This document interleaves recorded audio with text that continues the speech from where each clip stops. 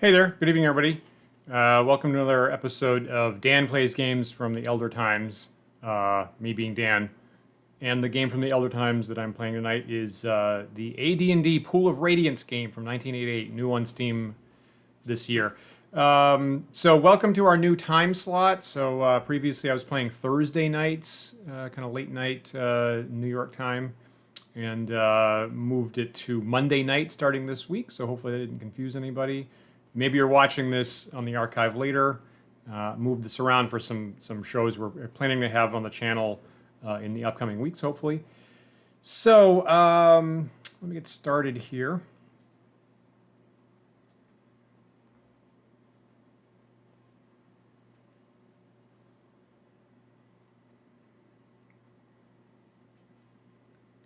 Cool. So, for what it's worth, today was the first day of me being back at class for my teaching job this fall. So it's always kind of an intense day, and I was kind of looking forward to blowing off a little bit of steam here tonight with Pool of Radiance. I am on a 3-week streak of no party deaths, amazingly. So hopefully we can keep the streak going here. All right, Elven Rune that kind of looks like a little goggle eyes, and then Dwarven Rune that looks like a key to get in here tonight.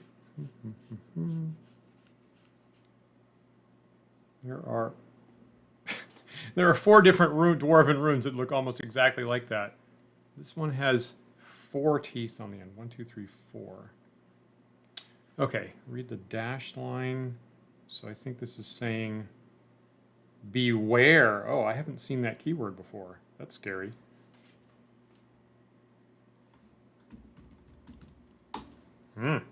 Ominous.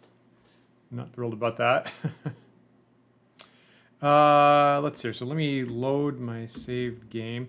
And I got to apologize tonight because I've been crunching to get ready for my day job. I did not have time to restock that I normally do off screen. So I'm going to have to start tonight by healing up and selling stuff and restocking ammo and all that kind of good stuff.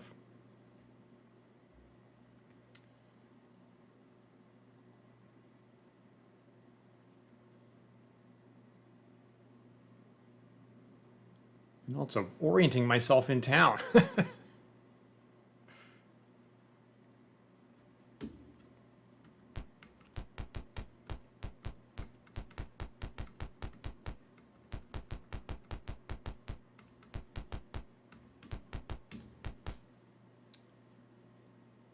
Okay, now I got to remind myself, like, what junk have I been carrying around lately?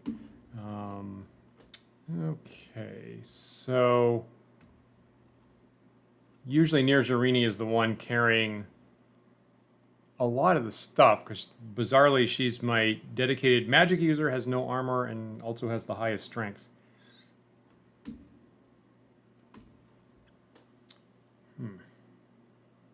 Okay, so I'm pretty sure these swords and leather armor aren't magic. 6 sheets of golds?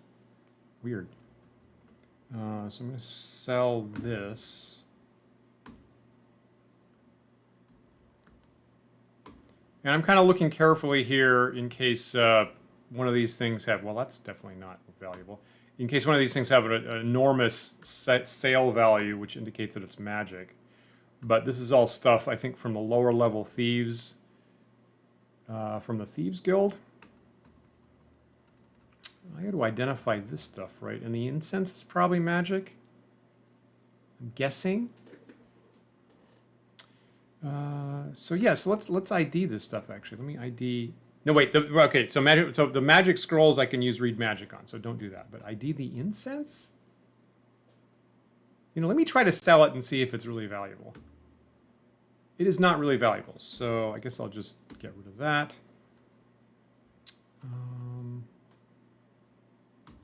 Good.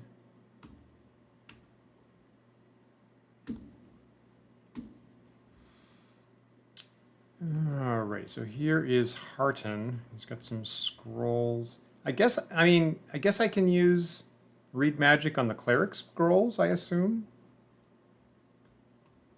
I hope. Sell this.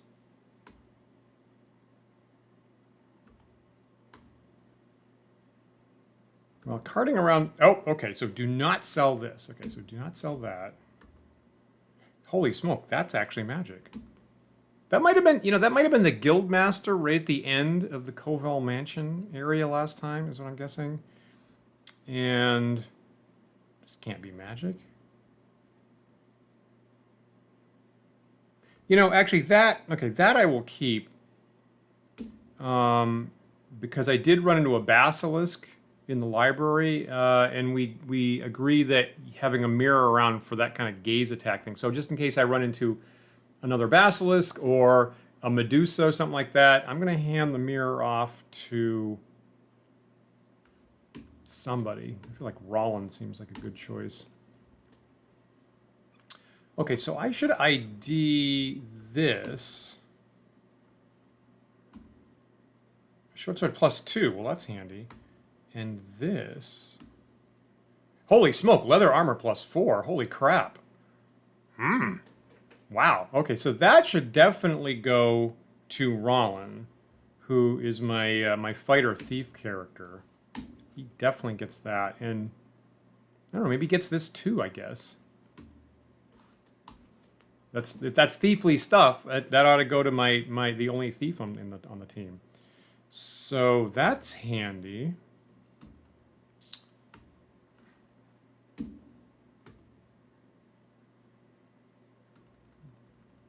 Interesting. So there's that potion of extra healing that I'm carting around in case somebody goes down in a fight and I need to resuscitate somebody in a bad situation.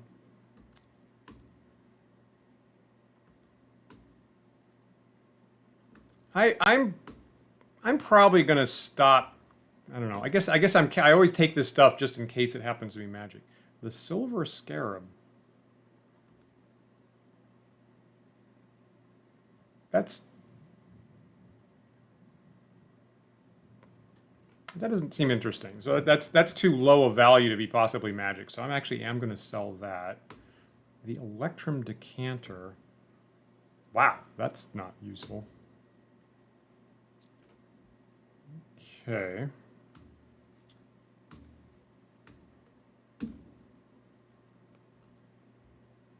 Interesting. So he's been wearing chainmail +1. So he's got armor class 1 currently. Stone statuette. Is that barely valuable at all? He's also been carrying around these bracers AC 6. Now that's a nice item, but I only have one magic user on the party that's really useful for. I'm leaning towards actually selling that. But let me just see what happens if I take off the chainmail and put on the leather armor, and he's still AC 1. That's nifty.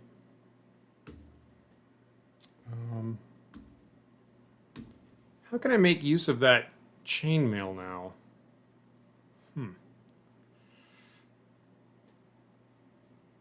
I don't know, maybe one of my fighter magic users that would be a good choice for, like if I traded off to Maelwyn or somebody.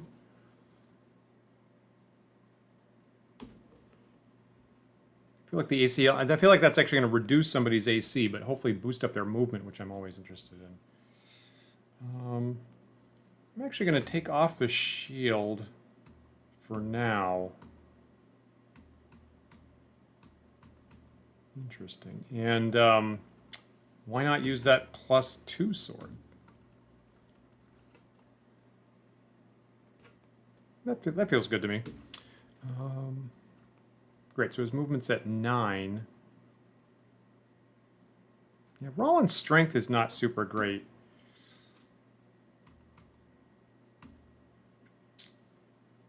I think I'm going to sell those bracers. I do not think I'm going to use bracers of AC 6, so I think I'm going to sell those. Hey Draco Siegfried, how are you tonight?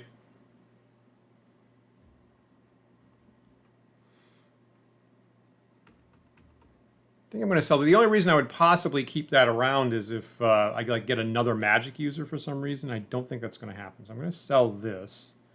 And I haven't used it ever since Nirjarini gave it to Rollin, so I'll just sell that. Whew, jeez.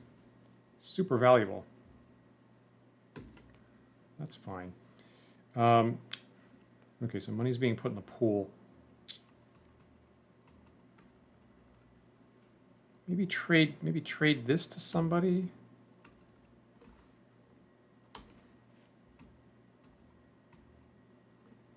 Is he? Oh, because of all the money. Now the money's burdened him down. Got it. Interesting. Let me pool all the money. Forder starter decks of battle spirits today. That's cool. Pool all the money so that I can... Okay, so now his movement's up to 12, which I like. Let's run with that for a bit.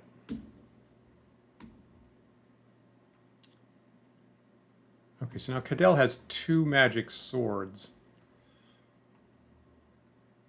What about this? This should be sold.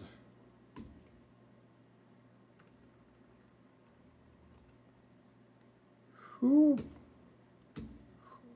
Is there anybody that doesn't have a magic weapon at this point?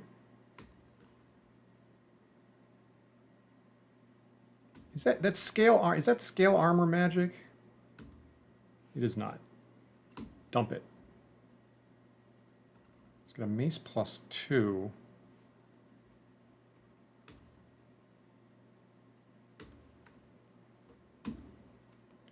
Now here's Durton, my my NPC cleric, level 5.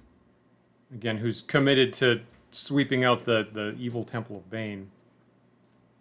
Cool. Waiting on another starter deck from Duel Master. Cool. Hope that gets to you soon. Guess that's good. I don't want to give. If I give Durton magic stuff, he won't give it back if I need it. So, I guess everybody's... So, she's got a magic quarterstaff. Harton has a magic hammer.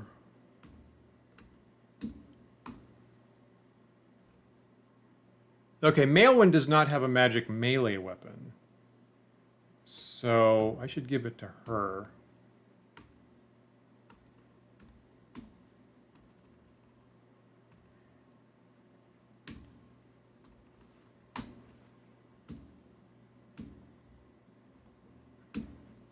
Not that she does a lot of melee, but it's good to have that in there. So then I'll sell this.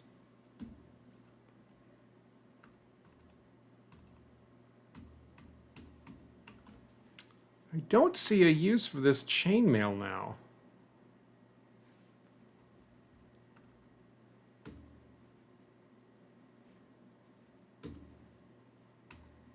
Am I crazy about that? So plate mail.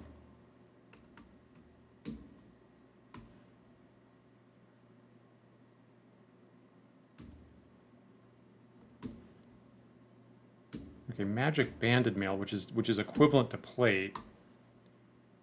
Got him in the leather armor now, and I don't want to, you know, in some other cases I might consider carrying around a backup set, but like not, you know, if I was in the wilderness and I had horses or donkeys or something like that, I would cart around spare armor in a normal game of D&D.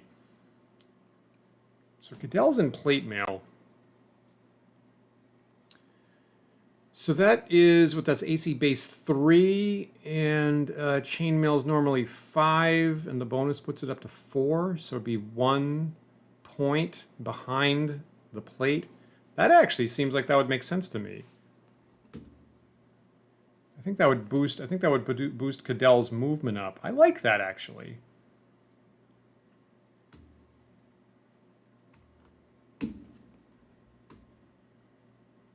I'm going to give... Now, who has the chainmail?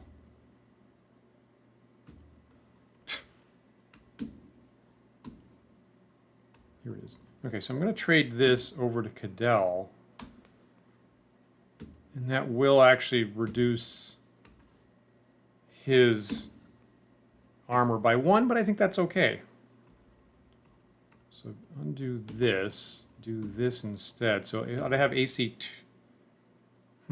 by 2 points. Why did I not compute that right?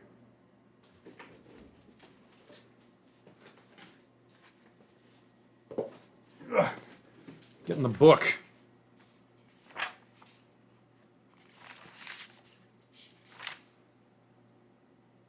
So chainmail base 5, plate mail base 3. So shouldn't...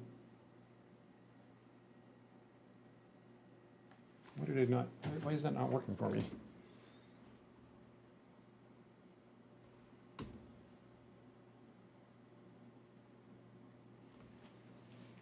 So 5, and the shield makes it 4, and the magic makes it 3.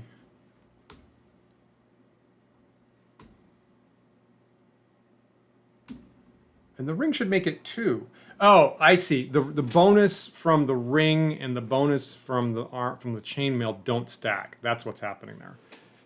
Interesting. So I'm 2 points down. I'm not happy about that. That I'm not thrilled about. Interesting. I mean,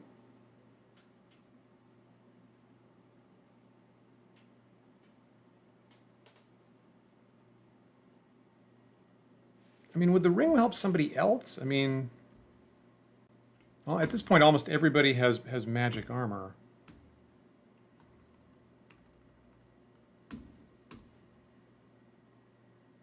Magic shield.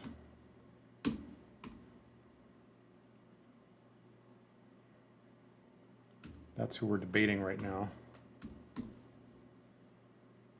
Okay, so he's got that leather now. I did not expect to be in a situation where I think I'm actually dropping my armor. Okay. Okay, Hearten doesn't have it, so I can give. Maybe I'll do that. I'll give the ring to Hearten.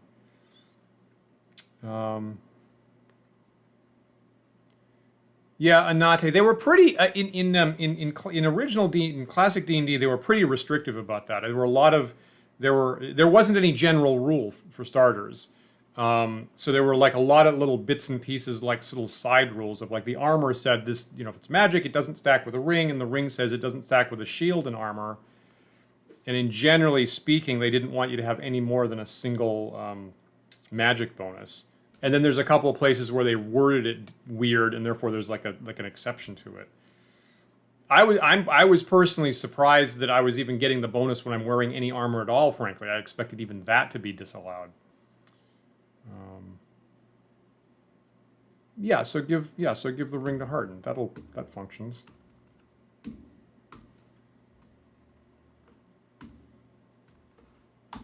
So I am dropping Cadell's armor by 2 from 1 to 3, but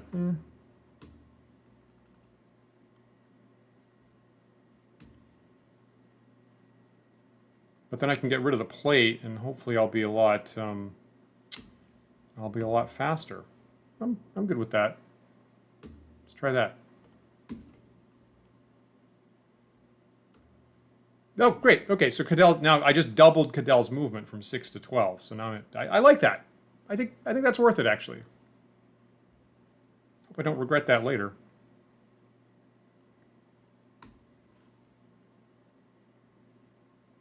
Cool. And then I can go down to Hearten, and I can actually make use of that ring. Great. Okay, so I think I've shuffled around. The items that I can immediately use, so that's good.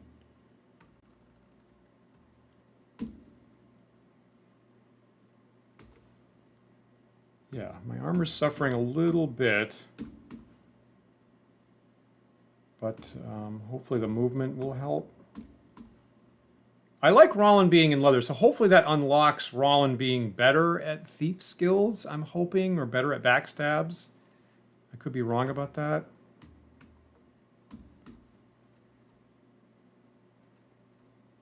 Cool. Okay. And the other, as long as I'm here, I ought to top off on ammunition too. So I have to look here. So I could get him a little bit more. I guess he's been carrying around oil.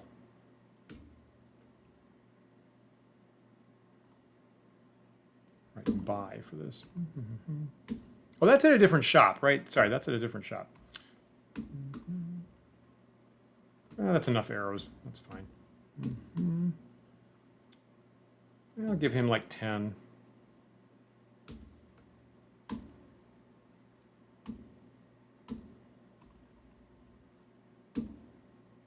Or 20, that's fine.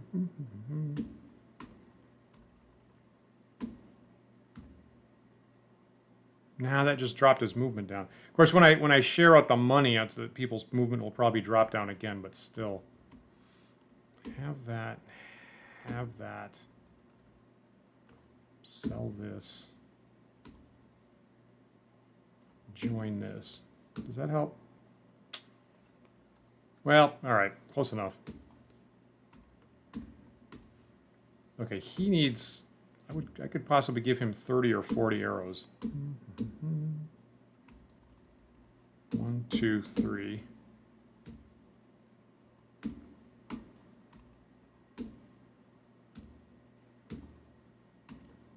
That seems to be working for me pretty well. Same thing. Maybe about 30 arrows there. 1, 2, 3.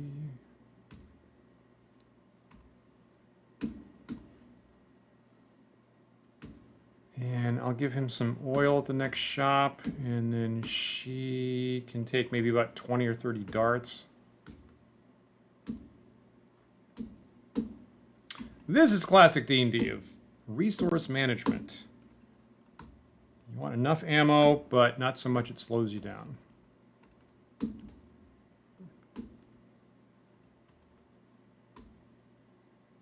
Oh, dummy, I bought arrows. Well,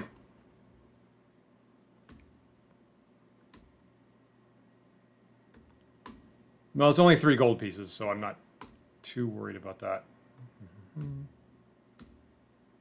This is glitch number 1 for the night. I want like about 20, so I'll buy this 5 times. 1, 2, 3, 4, 5.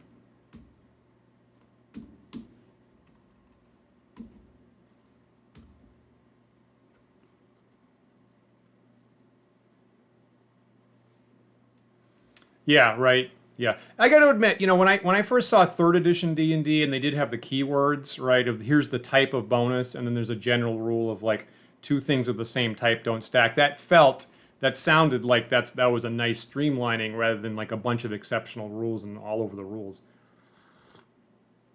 So at least when that first came out, that did seem like a smart thing.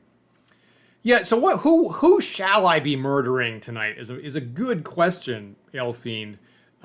So I'm feeling, having just finished with the Thieves in Colville Mansion, I think I'm going to go back to the Textile House, is what's weighing on my mind tonight.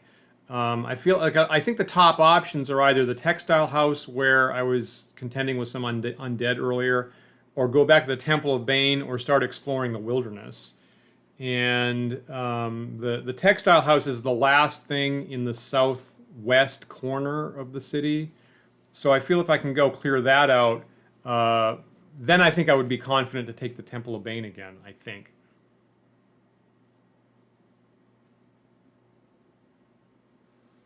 Yeah, you're right, Elfiend. Of course, the gauntlets and the belt of strength definitely stacked together. Of course, they were replicating, the mythological figure of Thor with his belt of strength and gauntlets.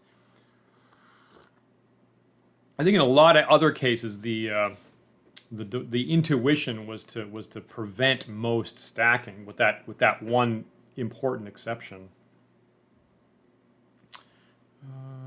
Great. Okay, so I think I got that. So I had to go. I guess I'll go get a little bit of oil. Share the money out.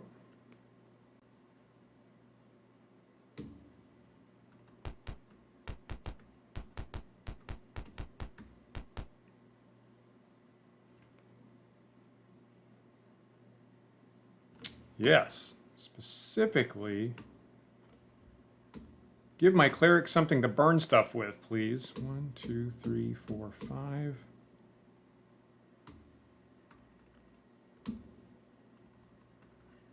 One, two, whoops, not enough money. Pool the money. Buy the fire. 1, 2, 3, 4, 5. Interesting. I should avoid the wilderness until I have some fireballs. That sounds like pretty good advice. I think I'm going to take you up on that.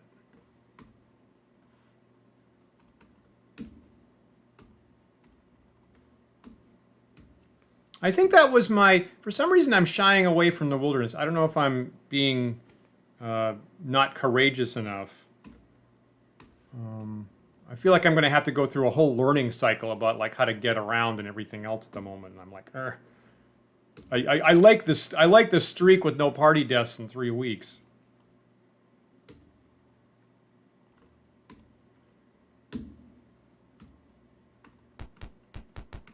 So I do feel like I'm gonna. I feel like I want to clear out the places I know about in the city first. If that's not a terrible mistake. Everything does go better with Fireball. We all. It fixes what ails you.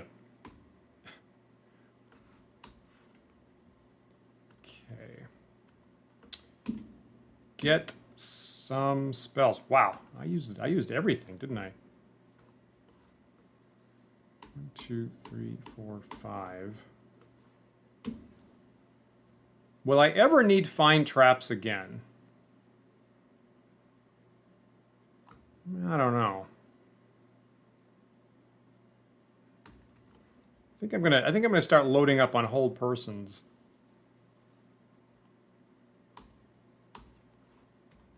And then Durton will have no choice but to cast Hold Person. That was Desparrow's advice last time, I think. And for 3rd level, he's been coming with Prayer. Good enough.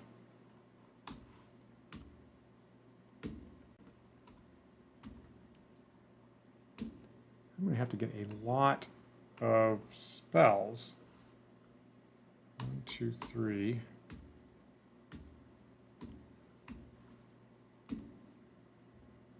Interesting.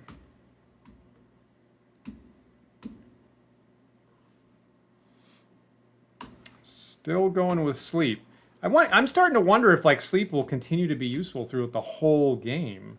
I assumed that I would be like shifting from sleep to magic missile by this point, but it hasn't happened yet. 1, 2. I guess I'll take 1 detect magic. And there's my whole person.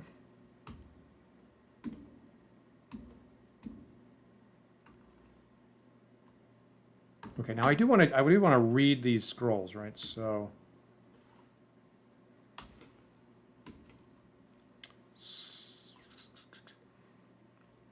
and how long should I rest to get everybody healed up?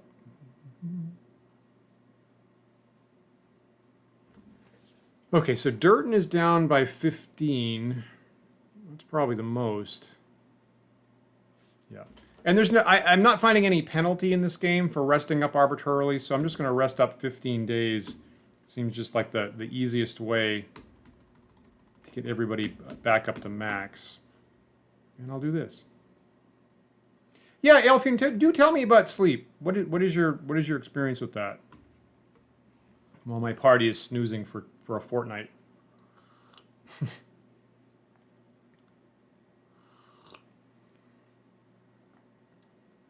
Like, personally, for me, I thought that we'd be using sleep for, like, the first couple blocks, and then I'd have to shift a magic missile.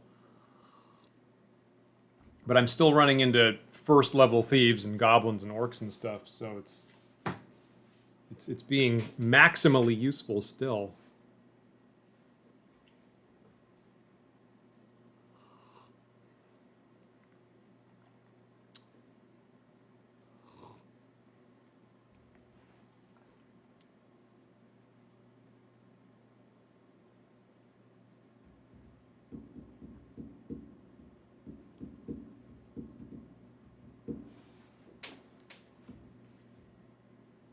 Right? Yeah.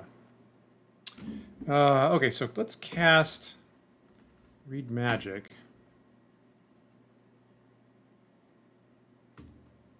I mean, this is the part that I'm a little hazy on. So do I just like, do I know what on all the scrolls at this point?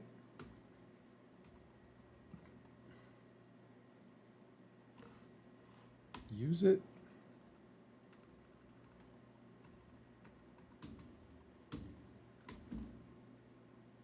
Oh.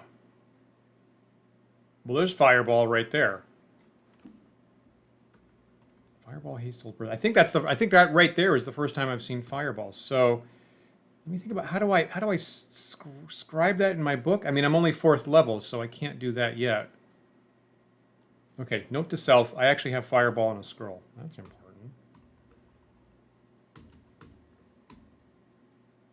Okay, Blink for a 3rd level spell, and Slow.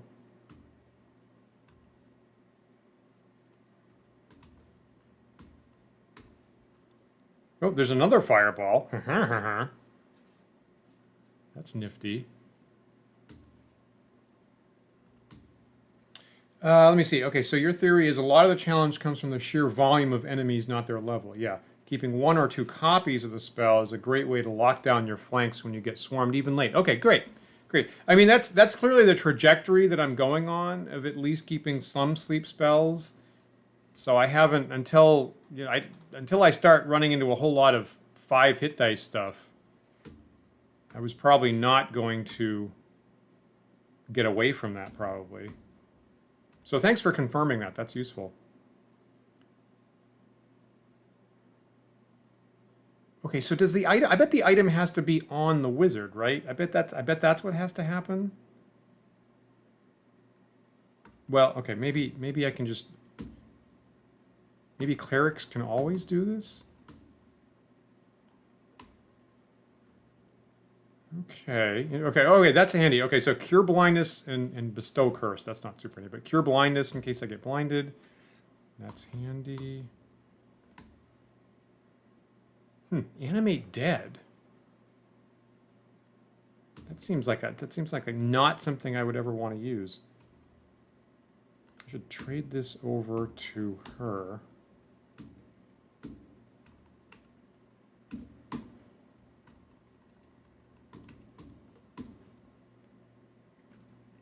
Burning Hands and Mirror Image.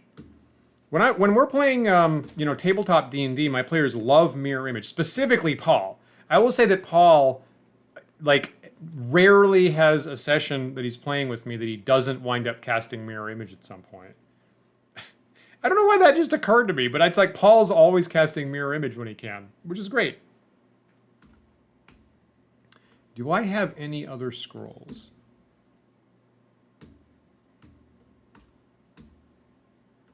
That are needing of reading? That looks like it.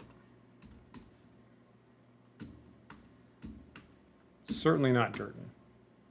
Cool. Okay, great. Okay, so now I have a lot of scrolls. Number 1 is when I get to 5th level, I know that I'll be able to scribe Fireball, and number 2, I've got a remove curse and a remove blindness. Those are the things that seem important to me. This game doesn't give a toss about your alignment. Interesting. Now, people were telling me that I had a couple NPCs that were listed as lawful evil that were going to backstab me later, but I'd already gotten them killed. I think I don't know. I fired one and one got killed before that managed to happen. So I guess other than that.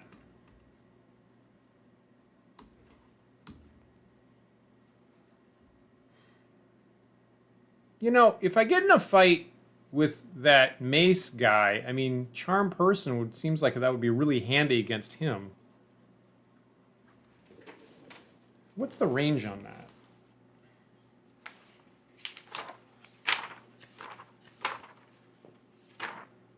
And as long as it's the right type of creature, it's not inherently limited by the level. The range is 12 inches. You know what? I'm going to start carrying around one Charm Person.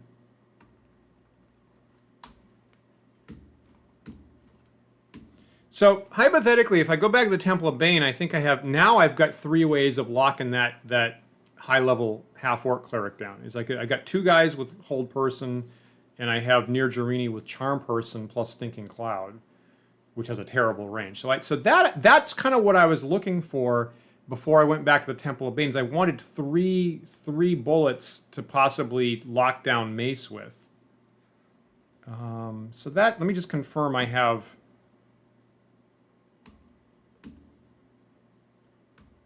Okay, so he's got a hold person.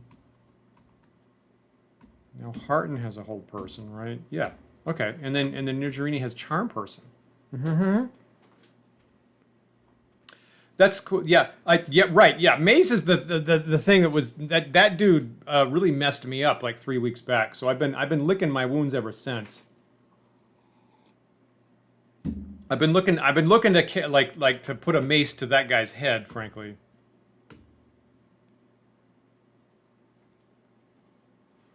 Well, that's a good point, right? So, right. So all I have to do is just damage them, and then they can't cast on that round.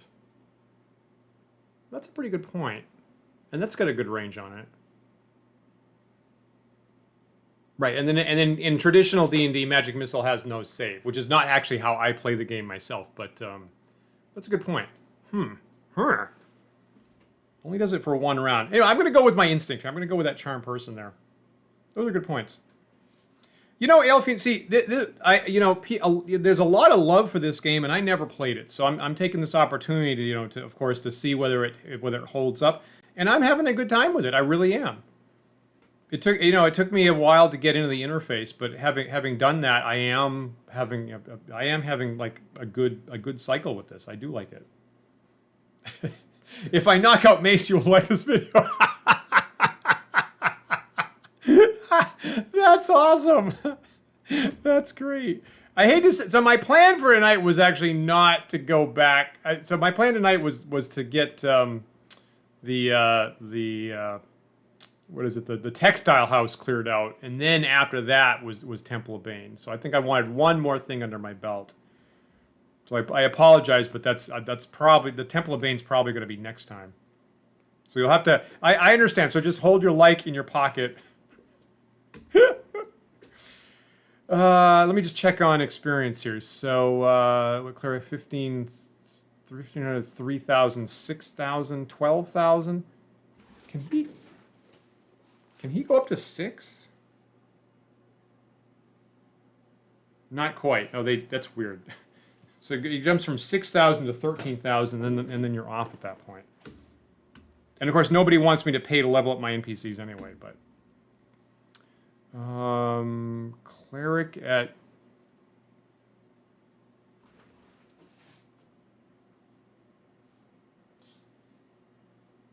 He can go up a level. He can raise a level and clear it.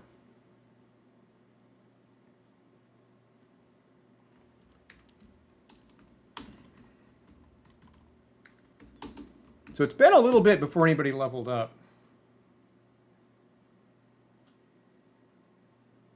I'm pretty sure, Elfin, I'm pretty sure that my experience here has been as long as a spellcaster gets hit in the round, they cannot cast for the rest of that round. That's definitely what's been happening to me. The cast button is no longer available when it gets around to them at that point. So that one I'm pretty confident about. Yeah, Cadell can go up, right? It's 4,000. 4,001 technically. Yeah, wow, okay.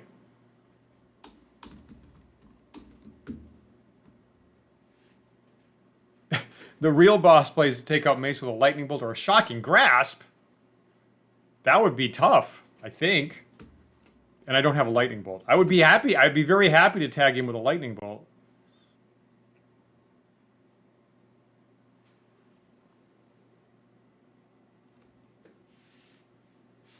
Can he raise his thief level? Yes, crazy.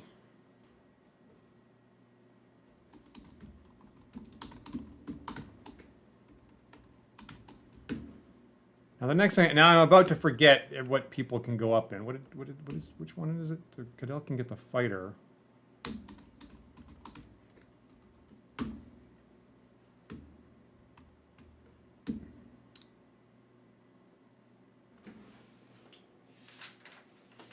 $6,500. Yeah. Oh my God! Almost everybody's going to go up a level here. So Mailwin can get a level in Magic User.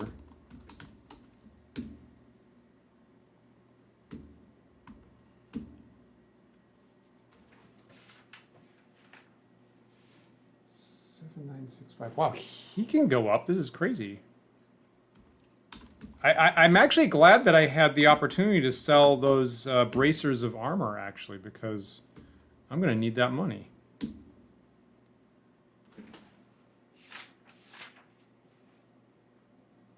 Okay, not yet. So of course, I'm really the thing I'm really focused on is Nirjarini getting 5th level, because then fireballs will start to happen. And I'm kind of curious what they look like here. Does I have the power right after I pay to level up? Does this use any monsters from Fiendful or Monster Manual 2? Yes, we have definitely found. The thing that sticks in my mind is it's using different sized scorpions that don't show up until Monster Manual 2. So I've definitely confirmed that. I got in a fight with in fact I think somebody actually died in it because of it. I had in a fight with scorpions, and I just assumed they were giant scorpions that have 5 hit dice, and therefore I can't hit them with sleep. And then someone pointed out, no, those are huge scorpions from Monster Manual 2 that have lower hit dice, and you could have hit them with sleep. And then I was like, ugh.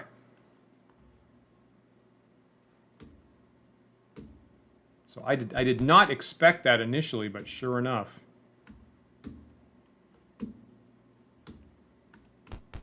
I don't think I've seen any Fiend Folio stuff. Maybe someone can correct me if I'm wrong about that. I don't know if we've seen anything from the Fiend Folio, but the MM2 definitely.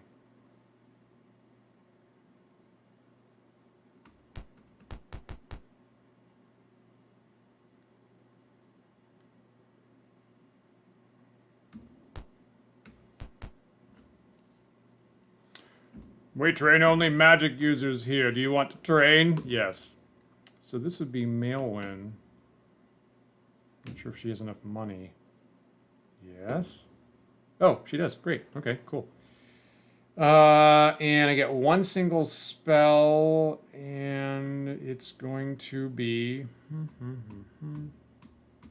Alright, somebody already has knock, so I don't need that again.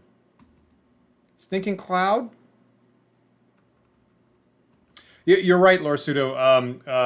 There's no Unearthed Arcana in here. In fact, there's not even everything in the player's handbook in here, right? They only have the... To me, it's almost like only the stuff in original D&D. So they only have fighter, thieves, magic users, clerics. They don't have any of the subclasses. So to my knowledge, they definitely don't have anything from Unearthed Arcana like barbarians or cavaliers or anything like that. They don't even have the subclasses from the player's handbook. I guess they started rolling that out in the next game, I think, is what I'm told. I'm not entirely... I mean, should I take Stinking Cloud? Everybody loves that. I hate the range on that. I almost want to see what Mirror Image looks like if I use that.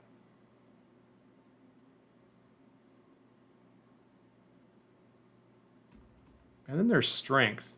Would it be... Okay, so at least in my games, in my home games, people love taking Strength. My players love taking Strength. It has, and I've slightly polished it from my original D&D game. It has an enormously long duration, so people love to, spike up the frontline fighter with a strength. Would it be terrible if I took Strength? I agree with you, Laura. I am continually surprised by what they do have in this game. I'm quite impressed by how much detail they managed to fit into this. And supposedly this whole thing was written in assembly language, which is crazy if you know what that means. So the amount of, this weird AD&D corner case detail they managed to fit into it does actually impress me. I think I'm going to go with Strength. Does that last as long as I expect it to?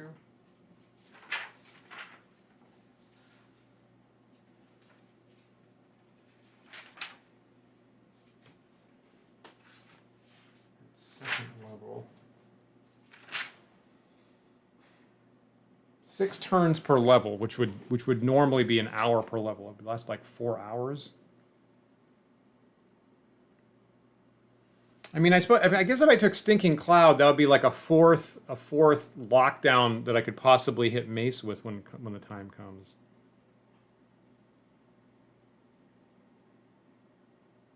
Yeah, you know what? That seems super useful. I guess I'm going to take Stinking Cloud.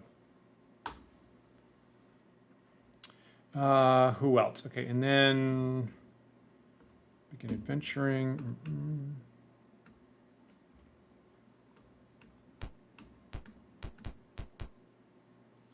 We train only clerics here. Do you want to train? Yes. And this is Harton. Actually, I have 2, right? Griffith and Harton. So you will train. Yes. Great. And Harton will also train. Yes. It's interesting that they like Harton didn't come into my game until really late, right? So it's kind of interesting that he managed to catch up with Griffith, who's been there longer in the level. But that's how that geometric experience winds up happening, which makes sense because you bring in a new player, they're going to be behind for a while, and then they catch up, which was not a bad design, honestly. Okay.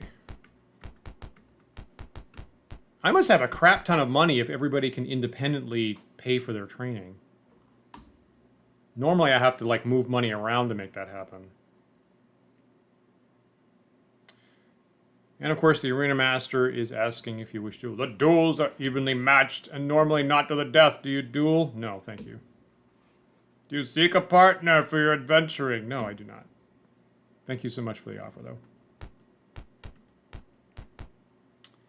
So this is fighters, and I need to go in here for Cadell. We train only fighters here. Do you want to train? Yes, I do.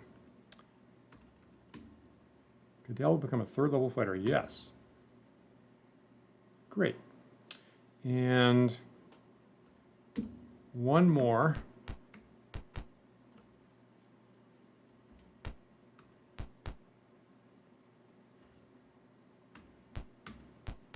It's funny they didn't want to use the name Thief. Hey, we only train thieves here. Do you want to train? Yes. Train. So Roland becomes a 4th level thief. All right, and at this point, I record their maximum hit points.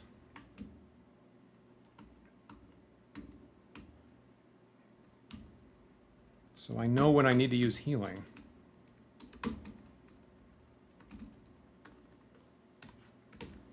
Okay, so Griffith's 24, so he got 5 hit points. Cadell also got 5 hit points.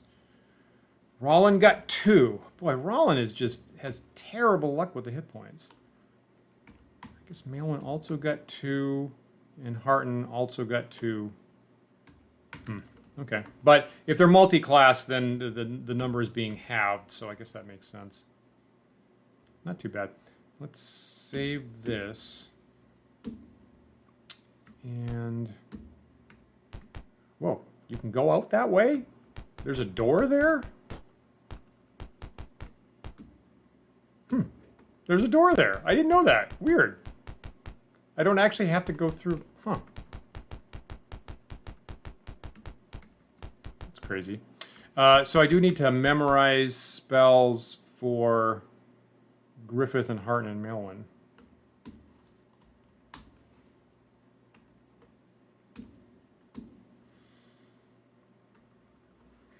This and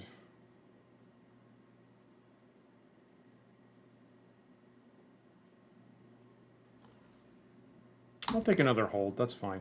I mean, okay, so I got to think about, so again, it's only against people, right? So if I run into like a non-humanoid, that's not going to do anything. So I guess I shouldn't overdo it.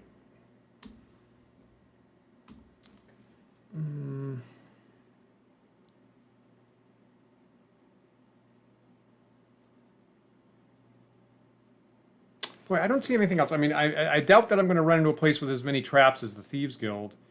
I don't know how many spellcast. I mean, right, that's another way of taking out a spellcaster is hit him with silence. So I guess I will actually do that. It's not my favorite spell in the D&D oeuvre, but I guess I'm not going to pass it by either. And mail one. Stinking cloud it is.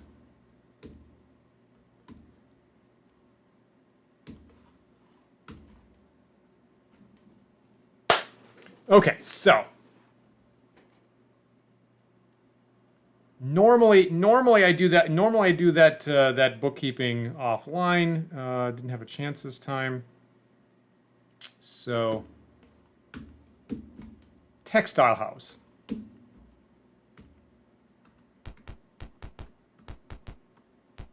Can I go out here? No, I cannot.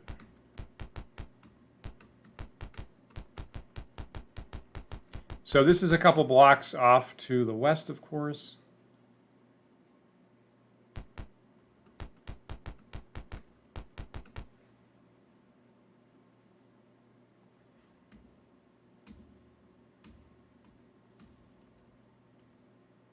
Here we go.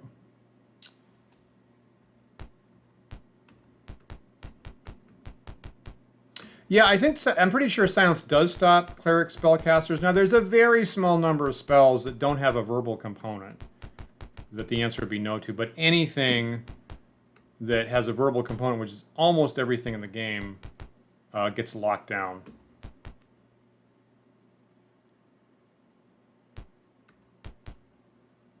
In my amateur design opinion, I feel it's a little bit too powerful.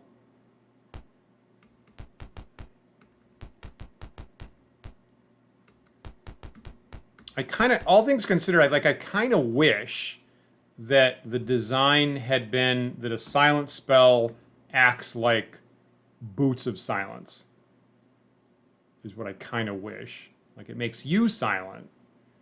You know, moving around. It doesn't make you unable to talk, but just allows you to move around more sneaky. That probably would have been my preference.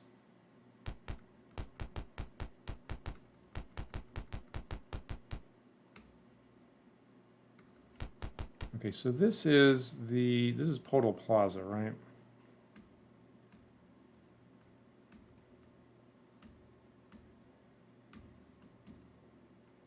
I guess I stopped mapping because I can just use the area map everywhere.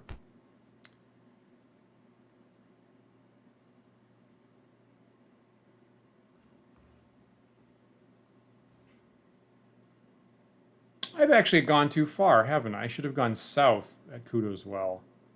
I'm actually going to flee. I'm in the wrong place.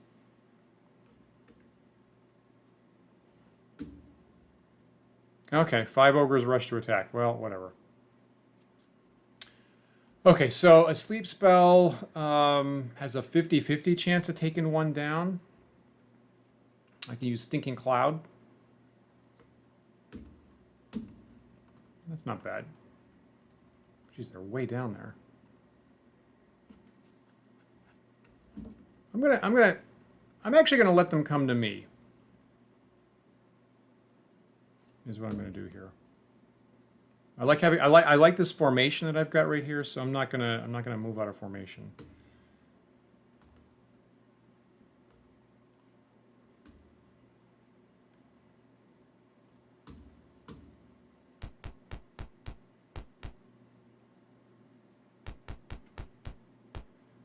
$21 hit points each.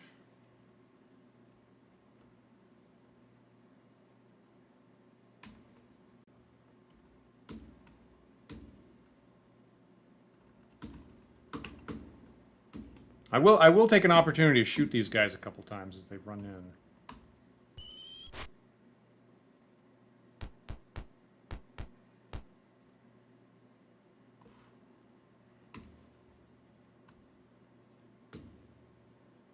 Right.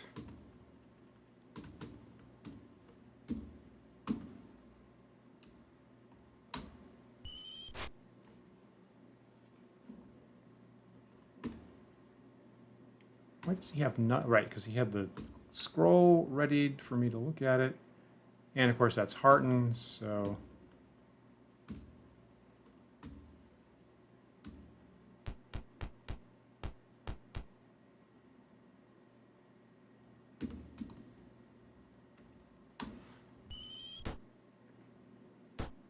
Cool. I wonder what Durden's casting.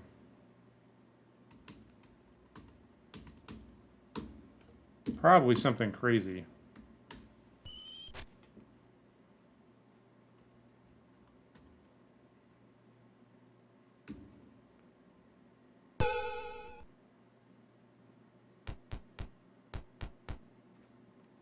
So that was a whole person. That wasn't that crazy. But I guess he made his save. This is actually good because they're getting out of line.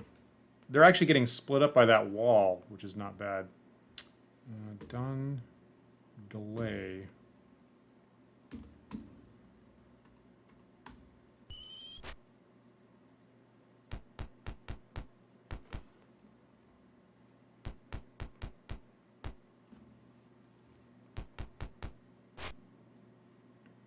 Wow, he can attack from there.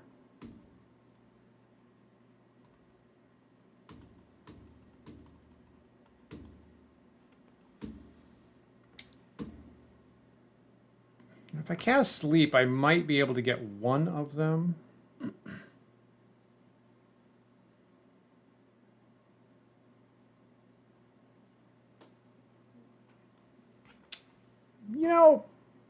You know what? I'm actually going to do that, as a matter of fact.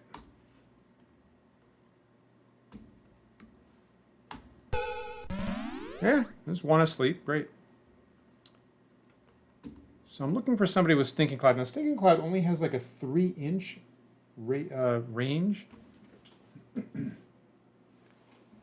So I got to use that kind of carefully. That'd be 1, 2, 3.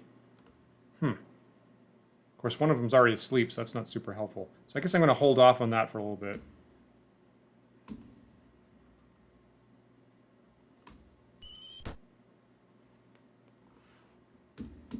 I'm going to take this guy out.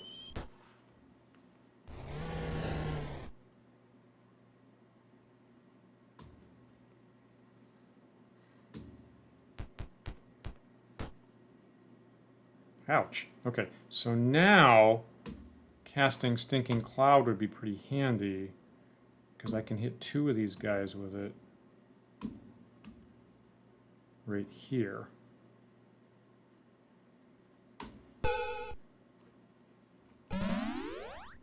Good. Good. That's pretty good.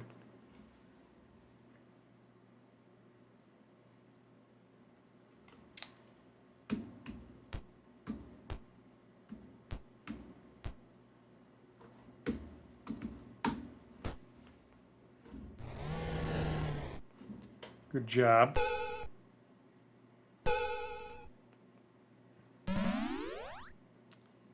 So, Durden's hold persons are all failing here.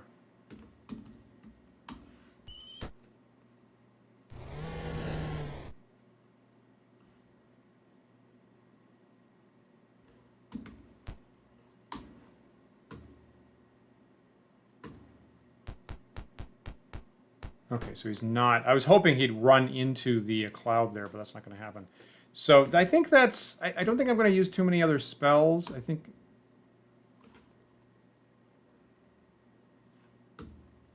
Right, she's got a scroll readied. Fix that. So I think now that I've vastly outnumbered them, I probably don't need to use more magic.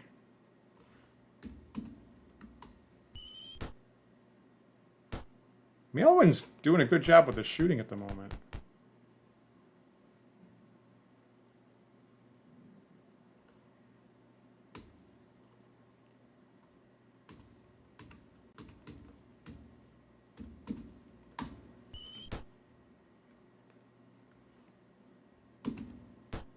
Nice! Nice! Wow. Oh, geez, that looked good. That looked really proficient, everybody. So so what happens if I just wait for this? Oh, great, and he surrendered. Super. Okay, there you go.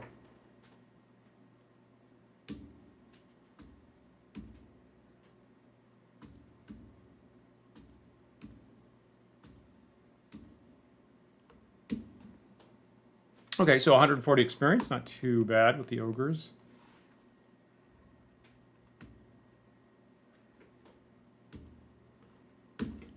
Little bit of gold. And I did really mean to go south over here.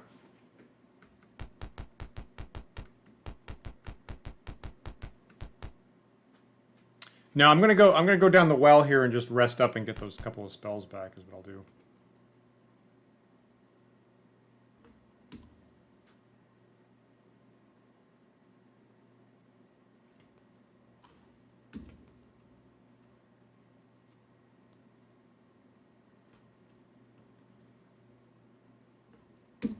I agree. I was a little bit worried about that. That's why I burned off some spells. I didn't want to get that to get ugly. You know, it is interesting, you know, with the morale rules, like which had clearly much higher emphasis in early games, you know, based on war games. That I don't know. I for some reason I think of the book Red Badge of Courage. Like there's a key part of that of like you don't have, you know, you don't have war that goes one way or the other and one way or the other. It's like somebody starts to get ahead and then it's just an avalanche. And so even if you have a big mob like that, if you can beat half of them, probably the rest are going to run away. That actually makes a lot of sense. So I'm going to camp here.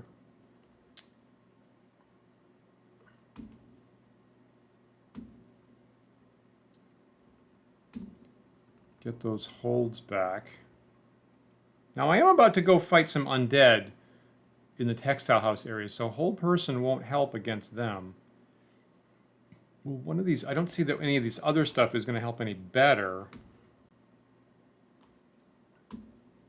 So I guess I'll just stick with that.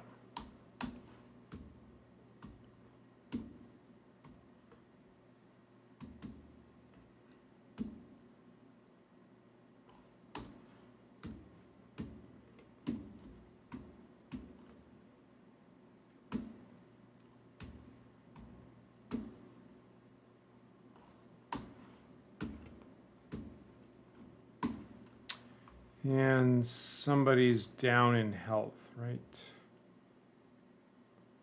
So, as usual, Cadell took a big hit, 7 points. So I guess I'll just rest up for 7 days. 2, 3, 4, 5, 6, 7. I think that'll work.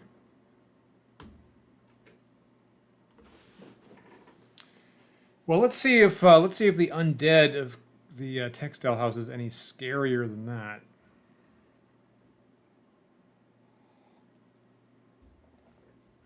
Now I got to remember there's that secret healing spot right on the other end of Podal Plaza.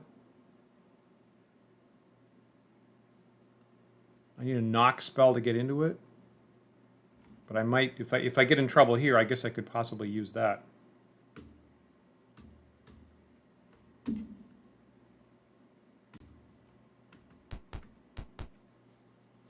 So back up the well. Don't go down the well, but do go up the well. That's what I'm looking for.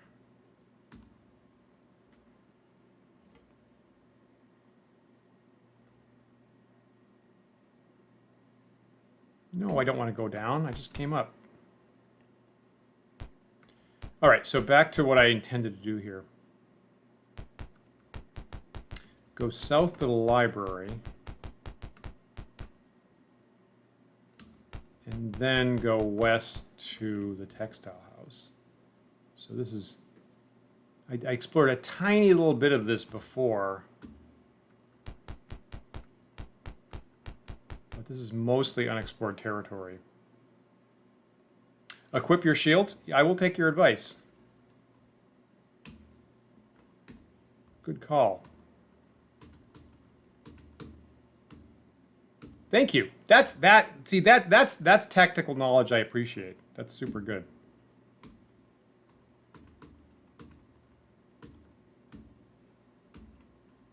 Especially the guys in the front line, of course.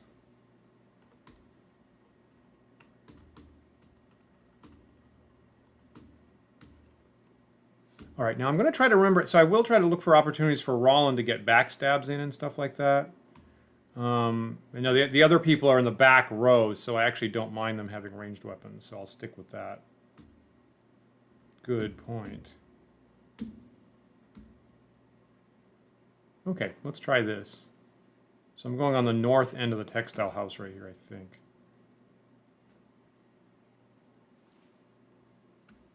Good stuff. Okay, so kind of broken down textile house. That's scary. So I was exploring on the south side before. I'm going to go explore the north part.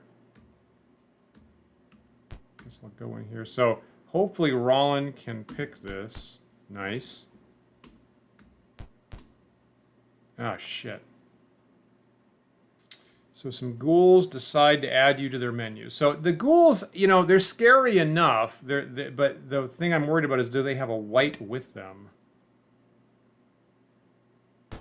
Yeah, it looks like yes. Ah, shit.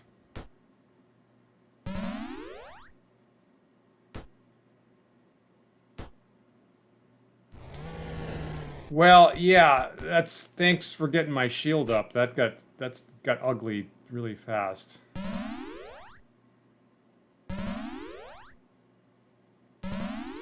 Okay, now this is the most useful thing that Durton has done to date. Wow, holy smoke. Wow, he turned every single one of them, except for that one guy in the corner. Oh man, they're still attacking, though. Fascinating.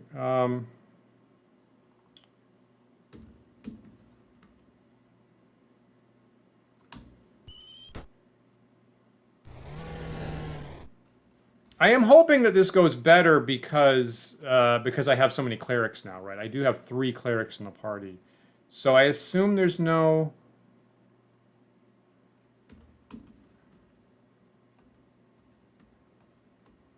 Yeah, so every one of these groups has a white with them, which I'm really unhappy about.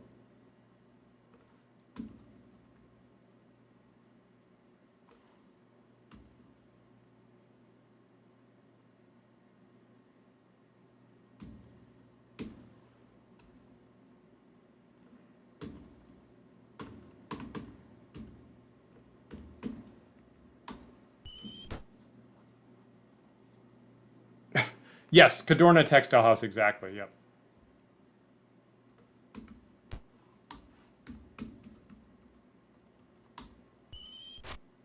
Adventured here a little bit, you know, ran into this stuff before.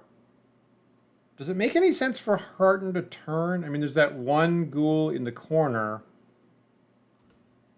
I'm not sure. I don't know if I need, like, line of sight or something. I'm going to try it. Does that work? It does. Okay, good. All right. So every single one of them... That was nifty.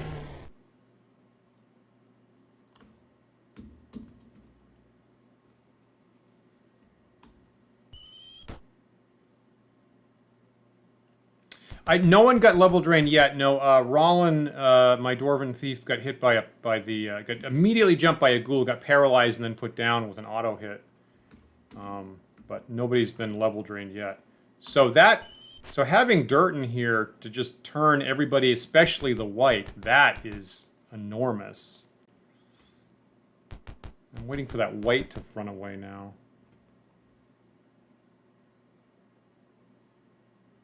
I'm gonna go hit that guy.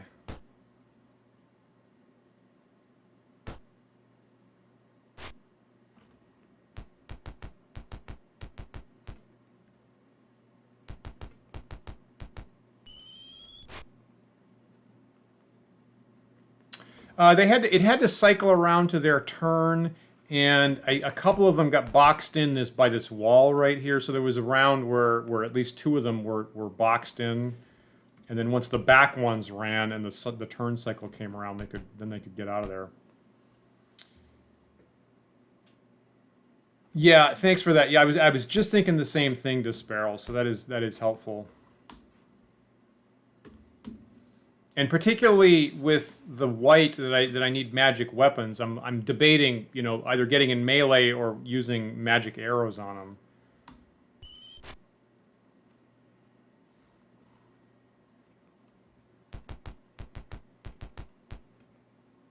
Okay, the white got away. That's, all right. That's certainly better than anybody getting level drain.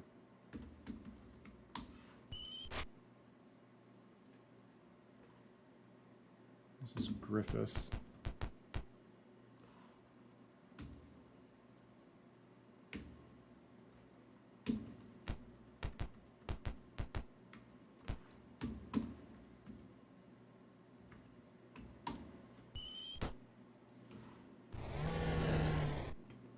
Got it.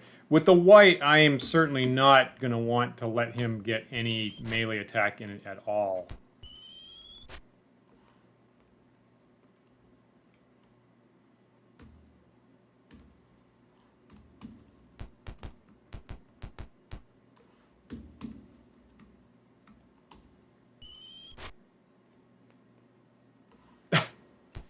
It's a good point. It's a good point. You know what? Well, here's Harton. I mean, that's what Harton is here for, right? That's my cleric. That's his job.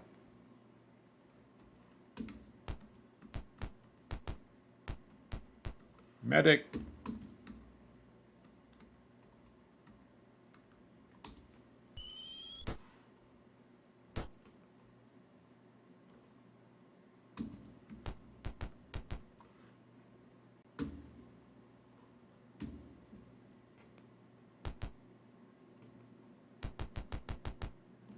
What a weird movement.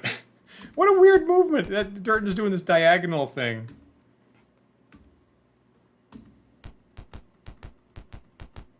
Oops. Jeez. Okay, Nirjarini is... See, Nirjarini is faster than I expected. For God's sake. Okay, just... Now I can't... Now I can't shoot either.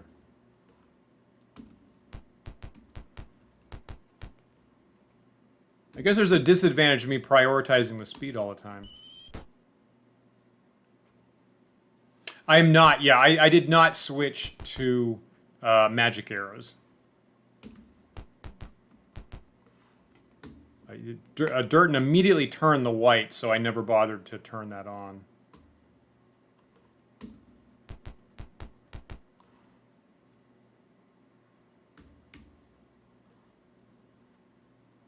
Is he casting a spell? Ah, jeez, I just did the same thing.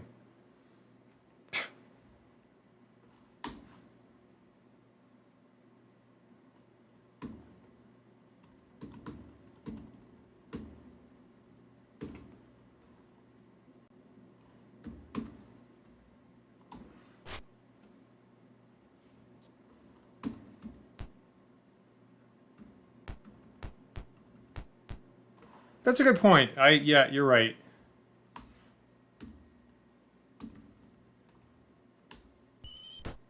Cool.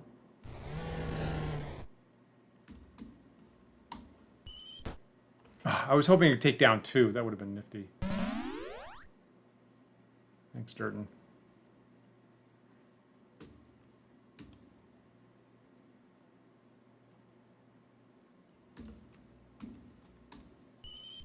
Cool. All right, so I've seen worse fights. So Rollin got knocked out.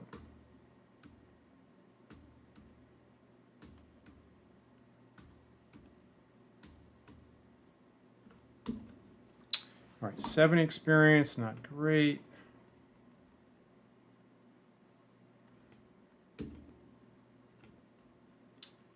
All right. Total Plaza is pretty tough. I wonder if I can encamp in... Can I encamp in Mendor's library in the outskirts?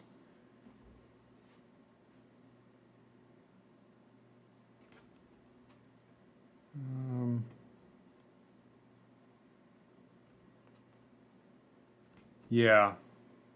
That's a good point. Oh, for shit's sake. I thought I could just, like, scoot out of the area. Poop.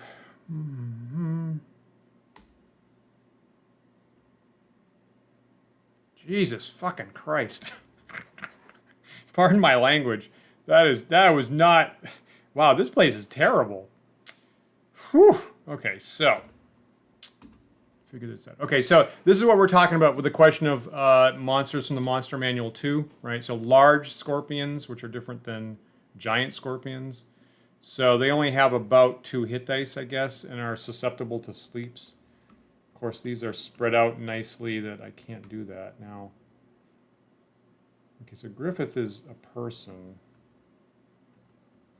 If I had an elf in this corner, then I would think about trying to hit 3 of these guys. I almost is that insane? Like if I tag it here, I'll hit 3 scorpions and I'll also take down Griffith, and he'll be safe because the sleeping scorpions will have them blocked in. Yeah, only 2?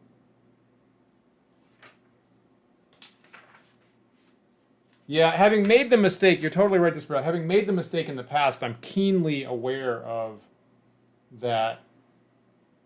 So it ought to be so it says here I get 2d4, so I could get I could easily get 3. And that's a good point, right? And Griffith's a higher level. Good point. Okay, so you know what? I'm going to do that. This is what I'm going to do. This is my crazy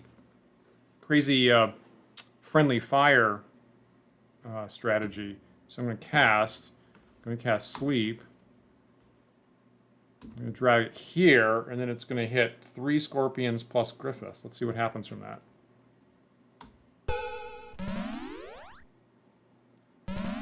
Ah, crap. What? Well, that wasn't what we expected. I got 1 scorpion plus Griffith. Ugh. That didn't work at all. Gross. Arrgh. Well, that's not good. Now Griffith is sitting there helpless next to scorpions. Arrgh. Oh, God. I really wanted my no death my no death streak to keep going, but now I'm really worried about it. That sucks.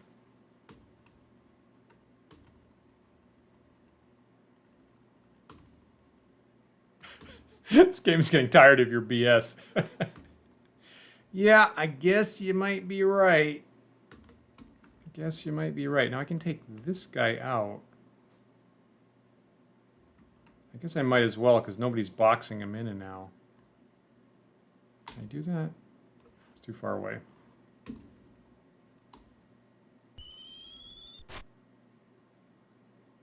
Oh, that's a huge scorpion. They're different sizes. Oh, that's what I'm getting screwed on. That's large, that's large, that's large, and that's huge. Well, okay, now I actually did hit the 3. That's okay, so be careful of that. This one down here is huge. And I think that's like 4 hit dice. That's still susceptible to sleep. So when I get a chance, I will do that.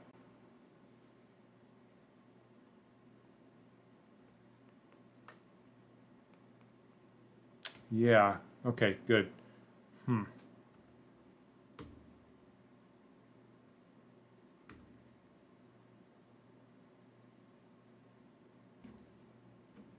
So Cadell has been previously hit and he can't cast. That's tough.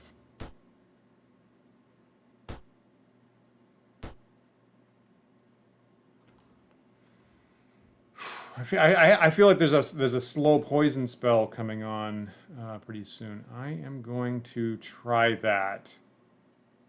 Now the other thing is I could Stinking Cloud something, right?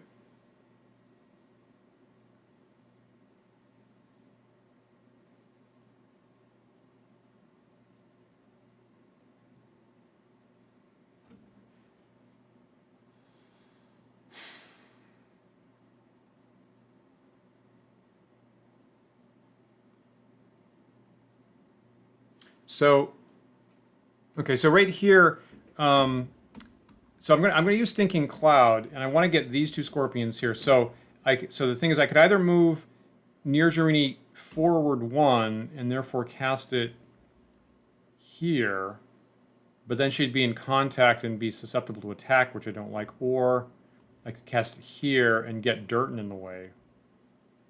I think I'm going to do that.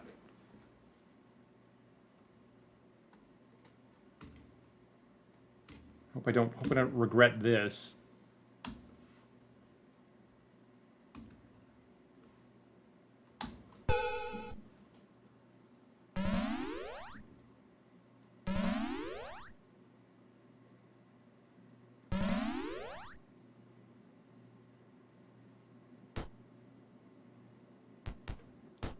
Shit.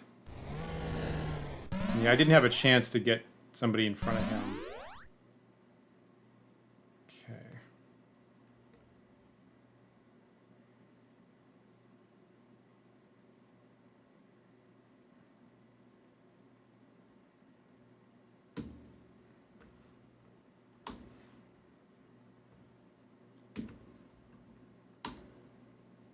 Oh, for fuck's sake! It's out of the range of fire.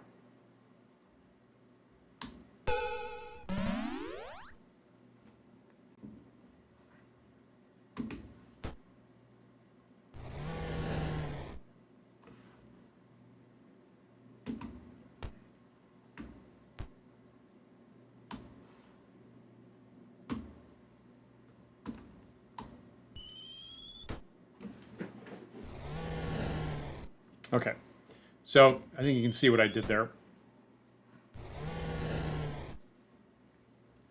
Yeah. Okay, so I blew. I do not want to screw around with poisonous scorpions, so so I blew a couple spells there. I used what, 2 sleeps and 1 stinking cloud. Did my friendly fire bit, which worked the second time.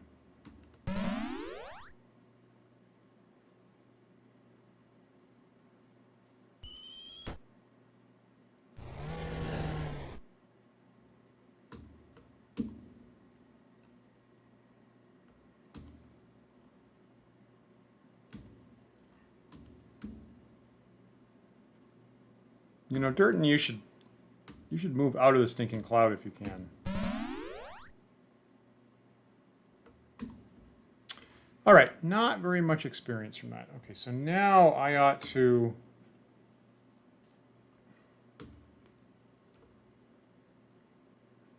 I guess can I cast here?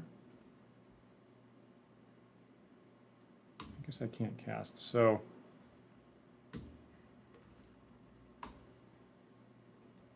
So now I know I need to get people up off the ground.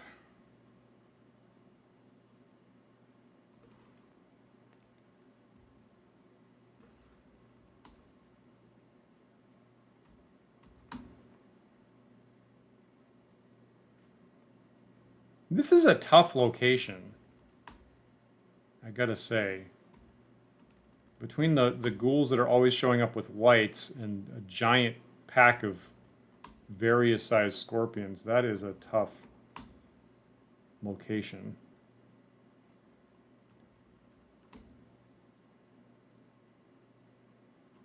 But nobody got poisoned.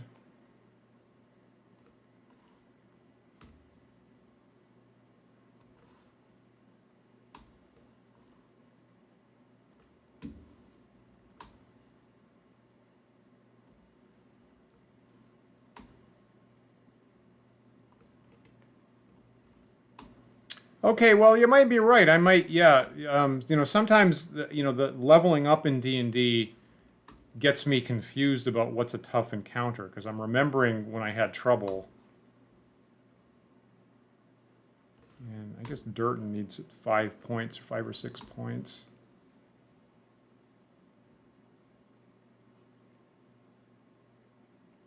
Griffith is 24.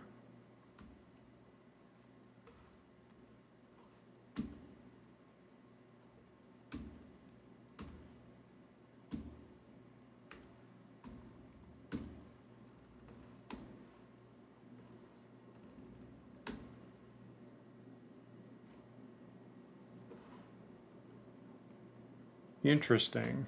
I don't think I've seen any of the non I don't think I've seen any of the non-random encounters yet. So I'm gonna save this and try to get the heck out of this area without any more fights.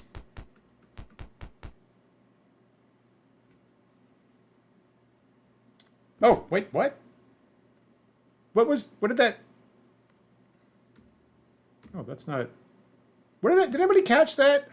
That text went by. I didn't actually catch it. What journal entry did it say?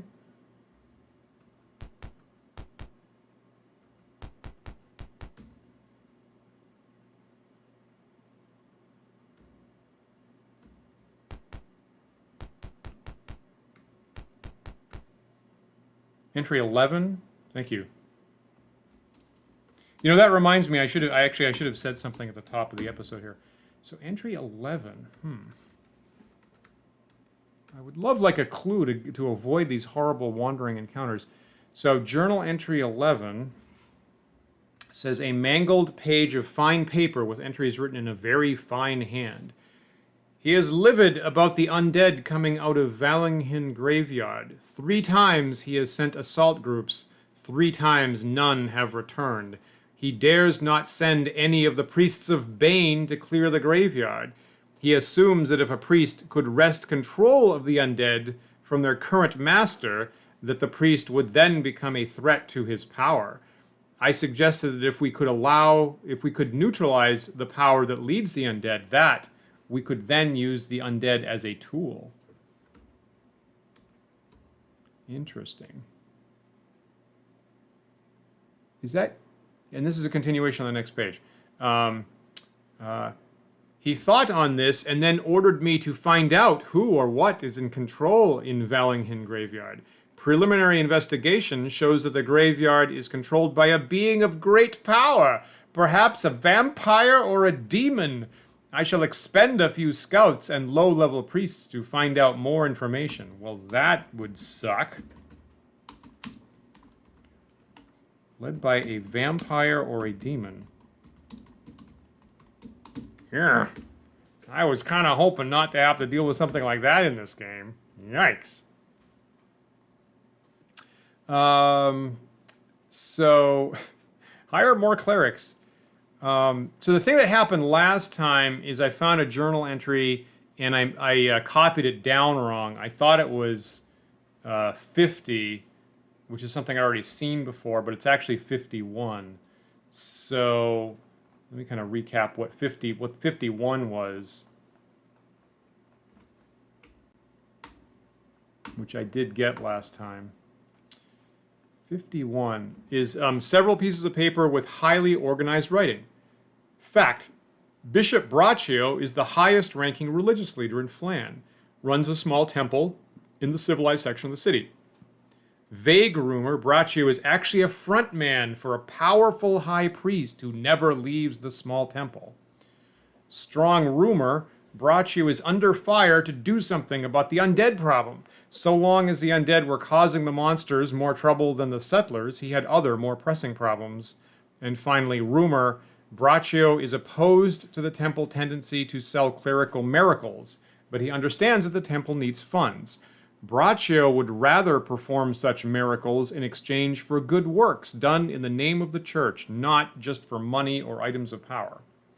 So I guess if I'm smart, when I'm back in town, I should go check in with this Bishop Braccio and see if he has some kind of quest or contact that he can use.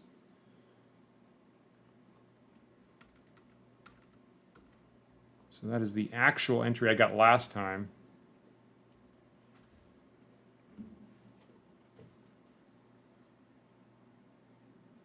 Interesting. Okay, yeah. I mean, I'm having trouble enough with the undead in the textile house, and it isn't this like legendary undead everywhere hordes thing that they're talking about. So yeah, I was not going to attempt that anytime soon. Well, that's a good point, right? Is that the end of Braccio, or does he? I mean, okay, don't tell me. I should go check in and see if like he has more stuff. Maybe that's it. Okay, so I'm going to encamp. Get my magic back. 1, 2, 3, 4, 5.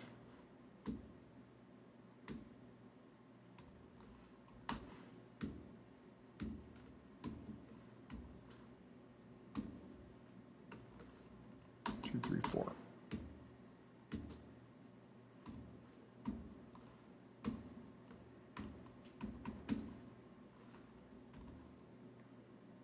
One, two.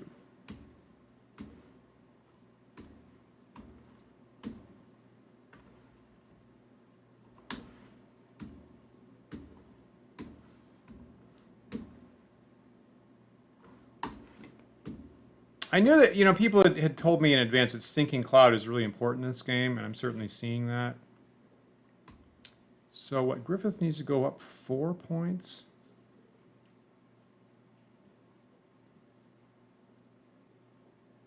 Two points.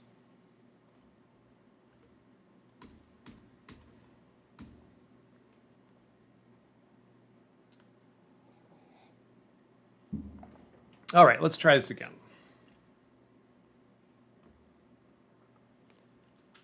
Goddamn textile house.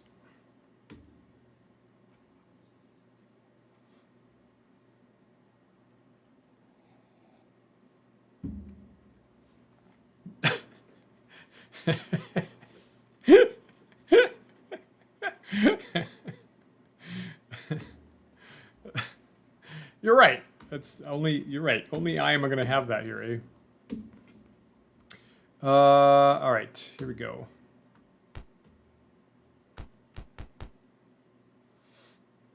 Jeez, they're all wandering.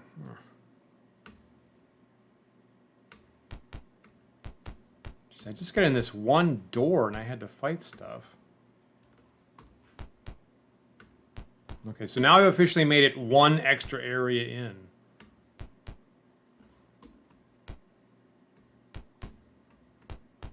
Guess that's it, eh?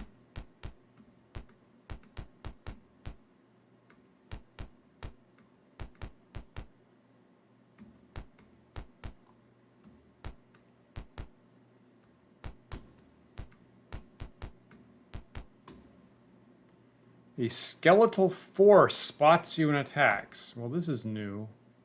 Are they actual skeletons or just something like it? Ah, they got a fucking white.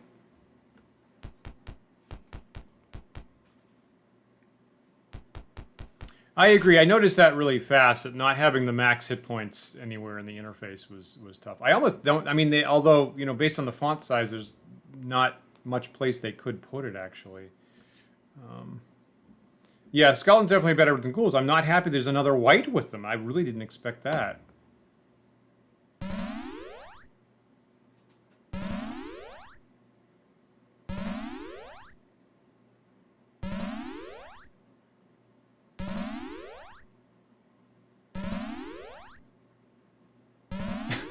The skeletons are kind of cute. Oh, geez, and there's also zombies, eh? I think that's what I'm seeing there. I don't have any huge... Okay, so really, a lot of my magic doesn't work, right? So I've been loading up on sleeps and hold persons. I mean, did we discover that Stinking Cloud does work?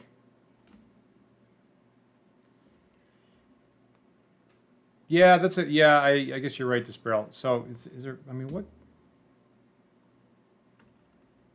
So I think we discovered that despite what we would expect, the Stinking Cloud does work. Because technically the AD&D rules never say that it wouldn't. So I'm just going to keep Nirjarini close to the back here. I definitely don't want her too far forward. Yeah, so there's zombies.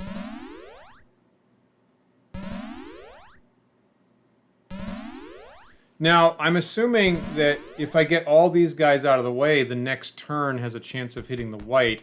I wish that it was Durton, who's higher level, that had a chance at that. So, I'm just checking. So there's Stinking Cloud there, but I need people to get really close to me. So I will switch to magic arrow. I only have 9 magic arrows. Poop. But I'm going to take a shot with it. There's 23 hit points.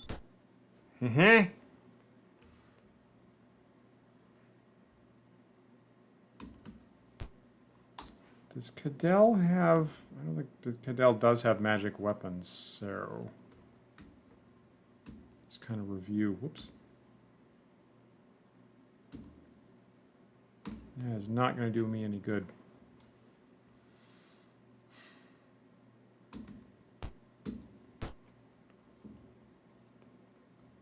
Right. Swords, not great weapons against skeletons, of course.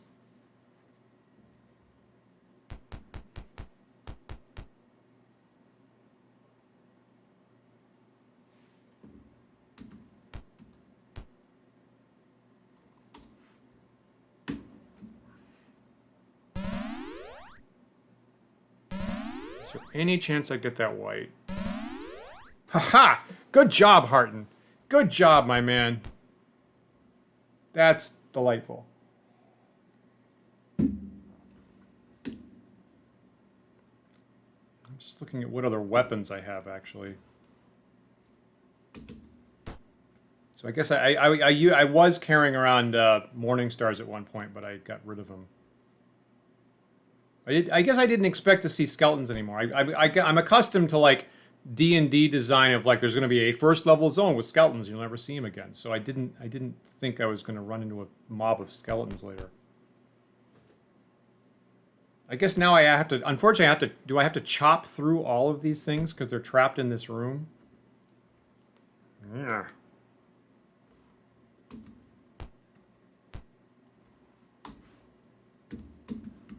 This might take a while.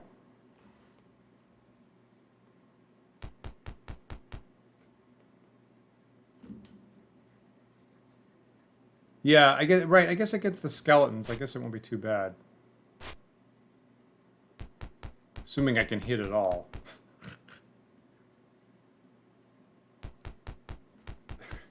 I'm gonna have to chop through this whole mob of undead in the corner.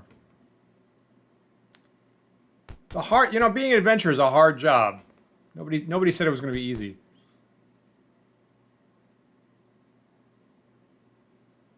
I did not expect Harton to get that. I'm really glad that he did.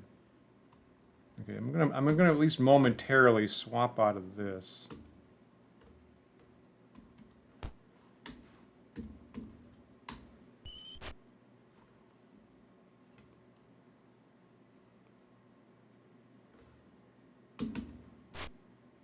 Dang it.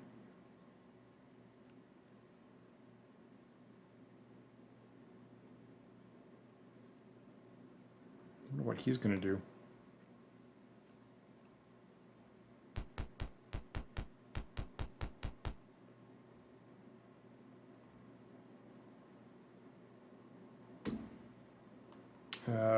Wait. Now here's a question maybe you could help me with. So we know that, I mean, I guess it just counts as fleeing. So are these guys also guarding to attack me when I run into a space? Oh, actually, he's got a +1 hammer. That would help if he hit.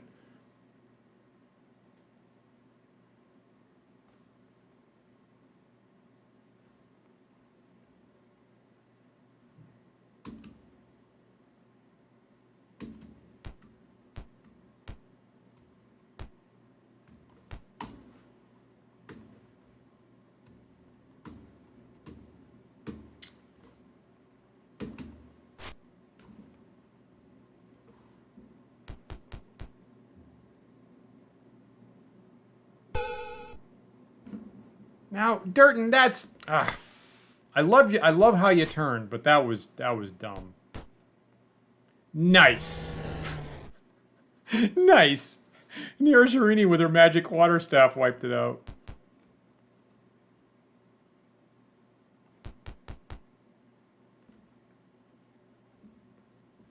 Got it. Okay, thank you. Thanks for that, Despero. Oh man, Durton, don't do something stupid.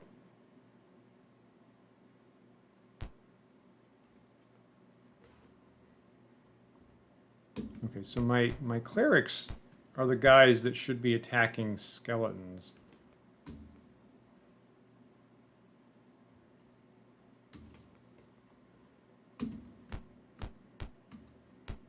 My clerics are not super fast, though.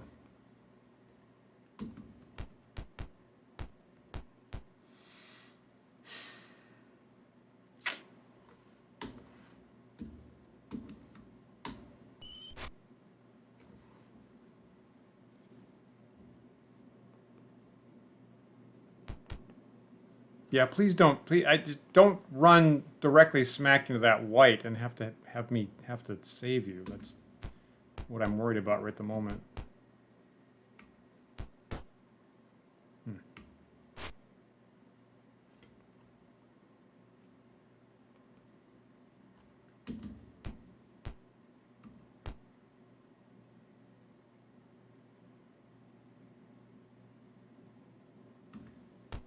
You know, I have half in mind to hit the white with a stinking cloud so he can't hit me back.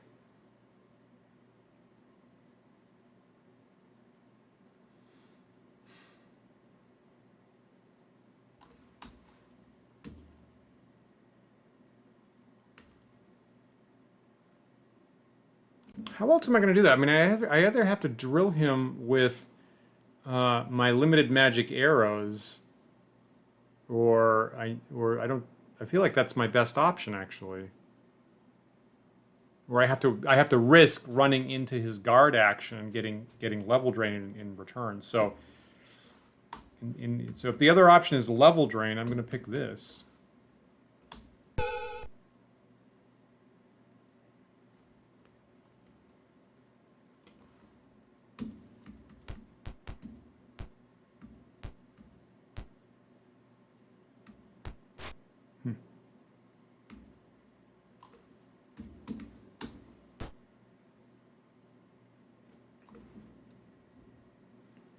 So I'm going to look really closely and see if that white is choking and coughing, and then jump him when he is.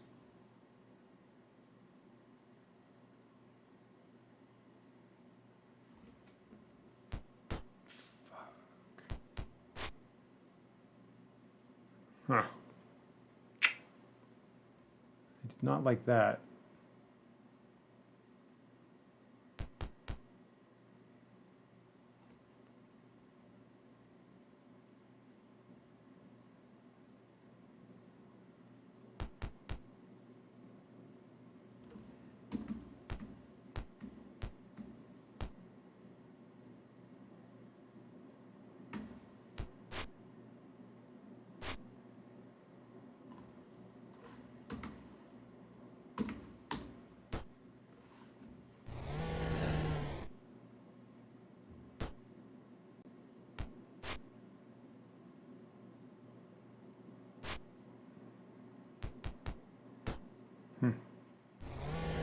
So far, the stinking cloud hasn't slowed him down.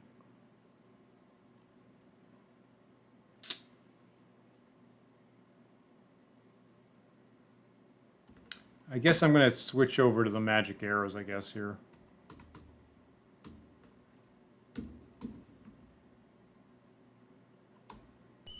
You know, 2 nice shots would finish it off.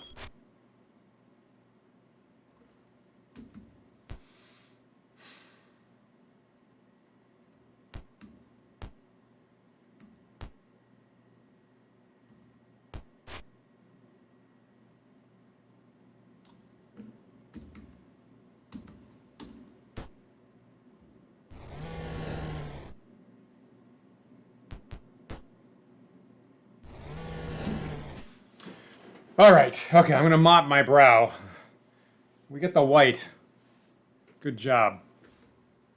All right, so the rest of it is hopefully a little bit more moppy up. That's so tense when they're around there. How about we switch to shooty stuff, and I go with the zombies.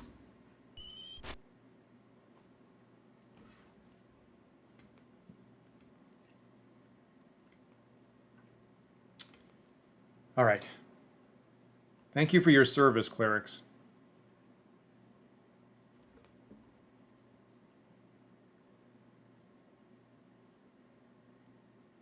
Now, I will ask this: is this here a set encounter, or is this a wandering encounter?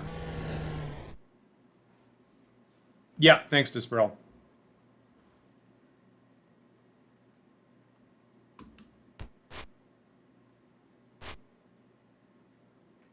So I think I have to deal with these guard attacks, but I think this is the best way to do that.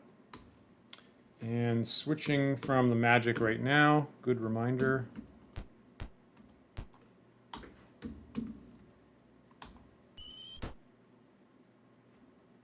Wow, that's hideous.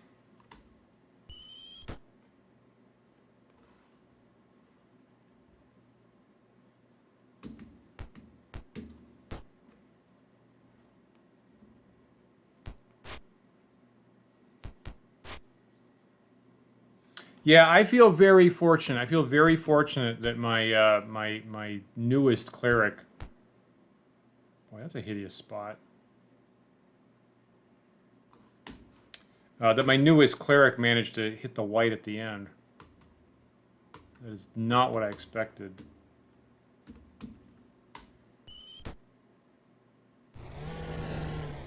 Wow. They are not kidding around this part of the city.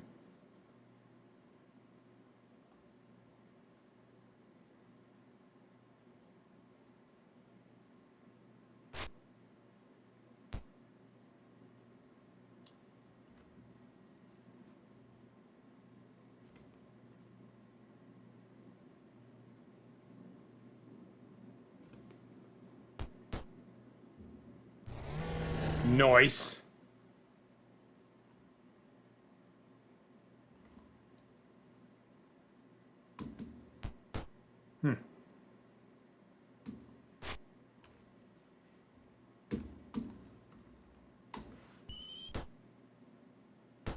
Nice.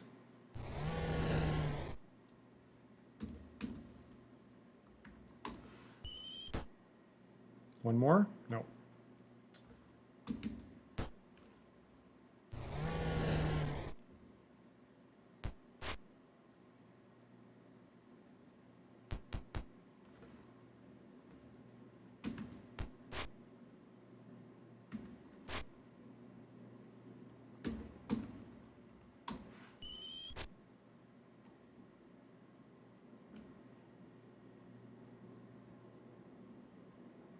What are you doing, Durton? Let me guess, another hold person. Prayer. Not totally useless.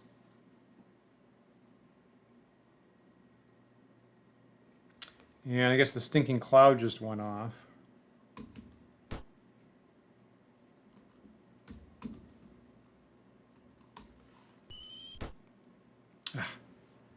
Needed one more point there. There we go. That's what we wanted.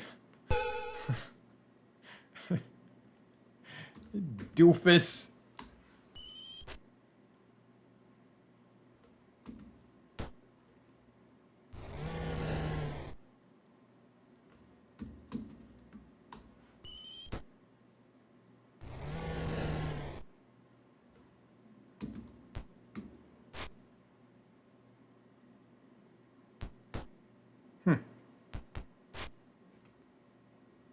Wacky.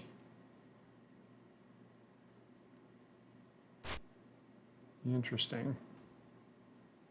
So when you totally box them in, they just attack normally. Well, there were people at one point, I think would be his defense. I just had my timing off technically. Right. Nice. That's some good shooting. He's emptying the whole barrel there. Oh, well, okay, well, all right. I mean, that's what, yeah. All right, so that's it with the skeletons. So at this point, I'm actually going to hold off with the clerics and just shoot these guys.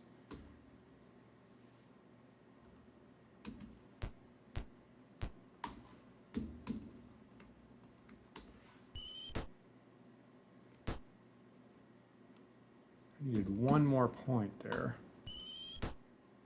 There you go.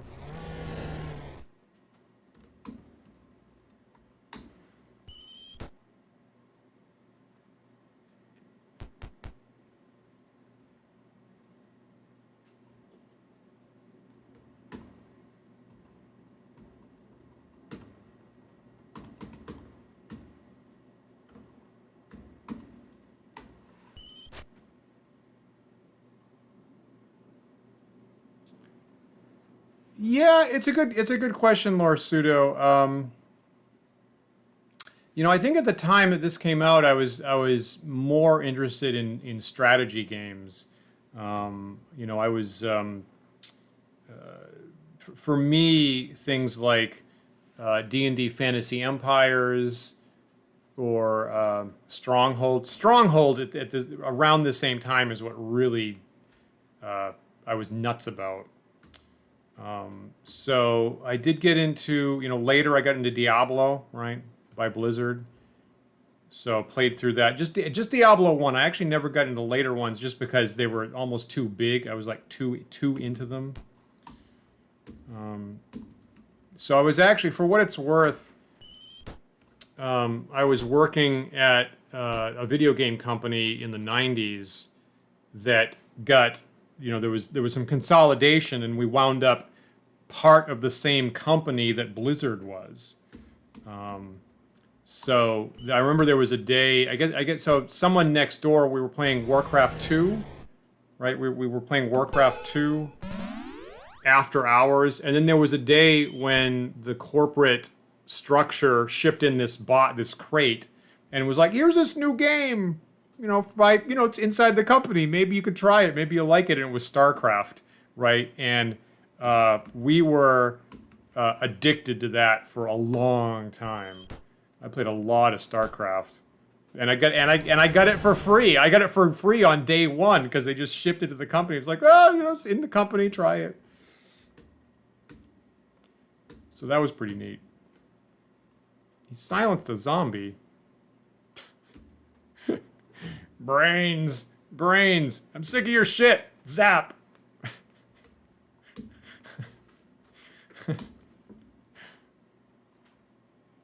Okay, so no treasure at all. Wow, that is a tough wandering encounter. Oh my god, I didn't even move. I just hit the look key. Holy shit. This is brutal. Holy shit, I didn't get to move a single space, and I've got to fight 4 more scorpions. Jesus Christ.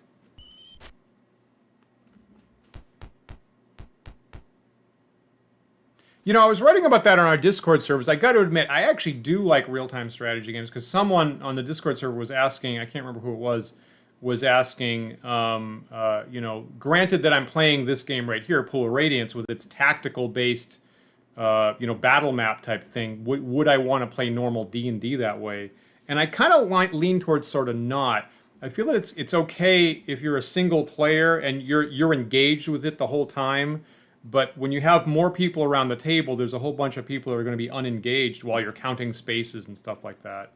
So I actually kind of do like real-time strategy games, because I do like the challenge of budget of dealing with the attention budget issue, and, you know, prioritizing what's important right now. I actually do find kind of interesting. I have at least one friend who takes the speed on those things in single player and dials it down to the lowest possible level to kind of play it like it's turn-based. And for me, I wouldn't want to do that. Okay, let me make sure I know what these things are. These guys are large. Yeah, okay, so same kind of thing. So 3 large and 1 huge. Crikey. So I think Rollin will... I'm gonna delay so I can use him later. Is that smart? I'm worried about this right here. Crap. Don't show me. Fuck. Shit. Brr, poop. Delaying. casting. Okay, let me make sure. Am I get the right? Yeah, definitely.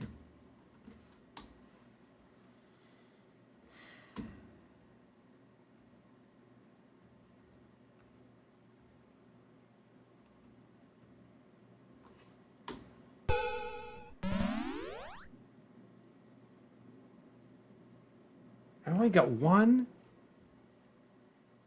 That's not right. What the hell is that about? I'm supposed to get at least 2, and there's no saving throw. What the hell's up with that?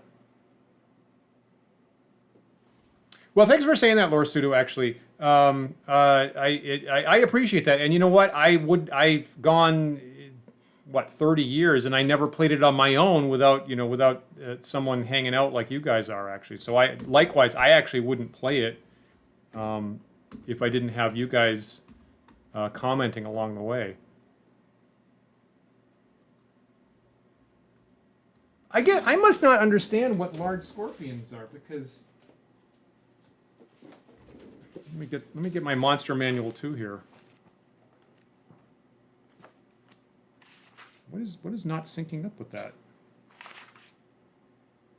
Large scorpions are 2 + 2. Oh, that's it. That puts it in I see. Okay, I see. So 2 hit dice is different than 2 + 2 hit dice. So that puts them in the same category as 3 hit dice, and they are rolling a 1d4 for number of affected. Ah, crap.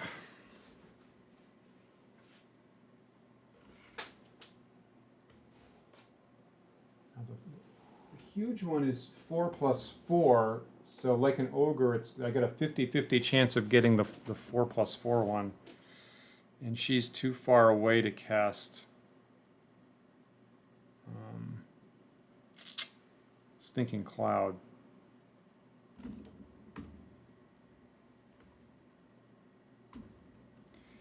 So if I put it... so here's my same routine. If I put it here, I could get 2 large scorpions plus Rollin. And then the huge one would immediately put him down. It's not like this has never happened before.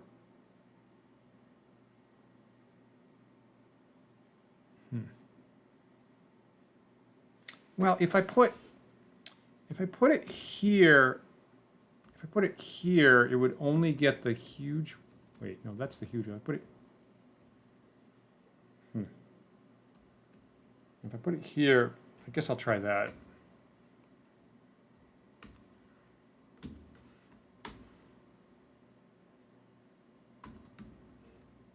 Okay, so I'm trying to get this huge one out of the way. Shit, didn't work. Coin flip went the other way.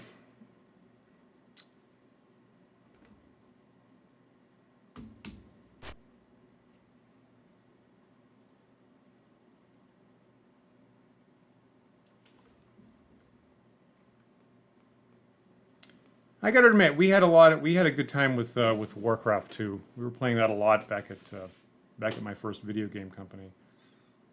Rollins only got 6 hit points.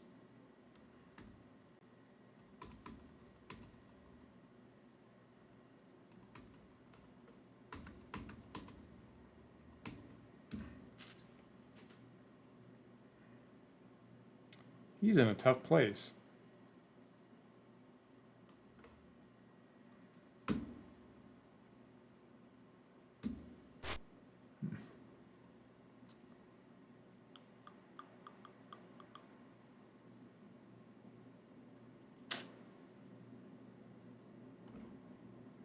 No, I need to be next to somebody to cure him. Can I get down there? I cannot get down there.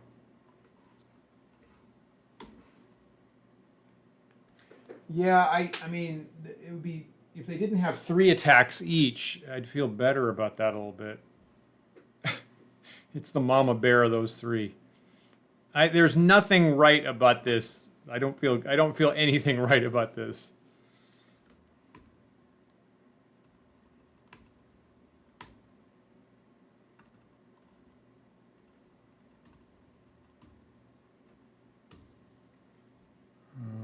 Okay.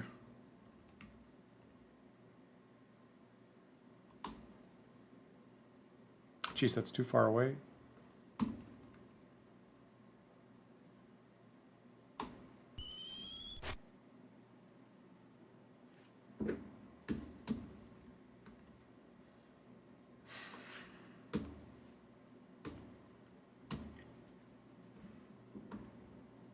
I'm going to try this again. Get the mother down would be nice. Shit. Failed again.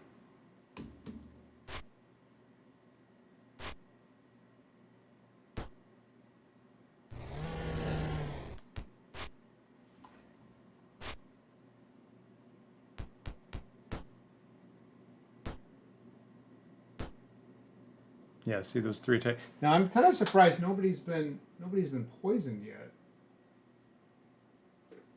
I guess you get a +2 save on the large scorpion poison, I guess. And I get right, only the one attack is poisoned, so I guess that's conceivable.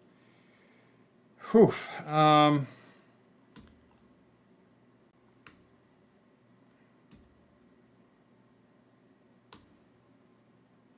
That's what this stuff is for. I'm going to try this again.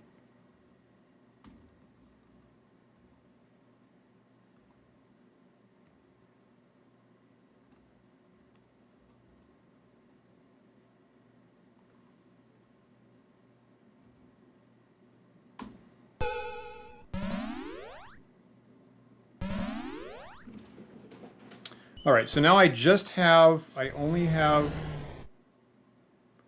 have the huge scorpion.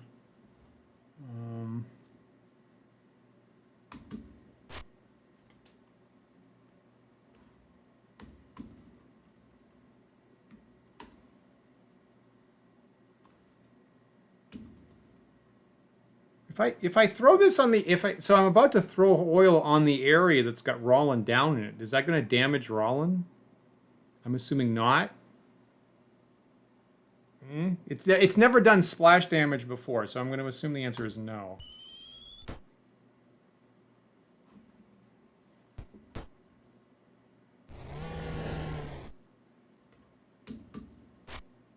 Man, grip, yeah, boy.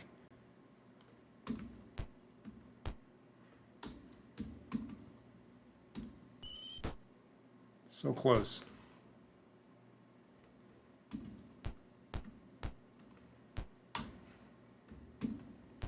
Ah, jeez, that wasn't...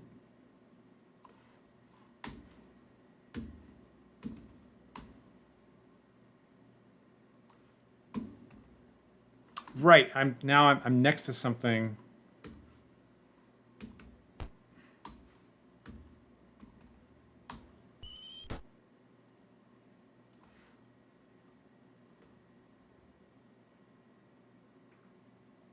Yeah. Nice. Nice. Oh, jeez. I mean, thing is, I'm not sure I can get out of this area now. The way this is going. No treasure from that garbage. I mean, if I see, I'm actually halfway. I'm halfway worried that just casting a spell or two is going to bring more wandering monsters.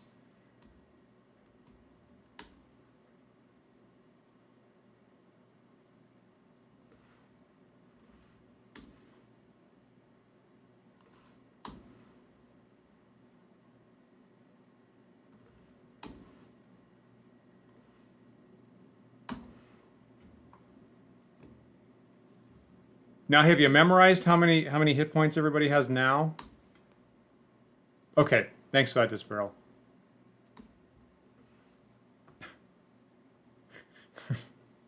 So Rollin has 16. Okay, and Griffith has 2 more. I'm gonna go with that. Okay, only resting and moving. So I'm gonna save this, which might be a terrible idea, and just try to get the hell out of here.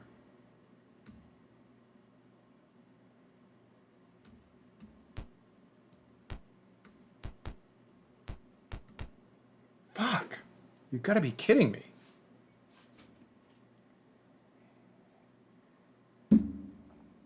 Now I'm convinced that this is worse than the Temple of Bane. I do agree. This is awful. So here's another ghoul white combo. Now, okay, these guys I can turn. I can't turn the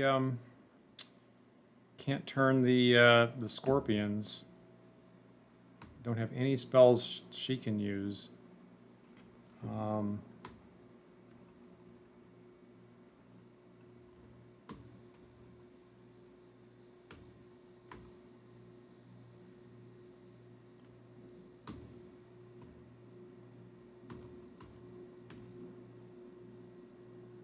Slow.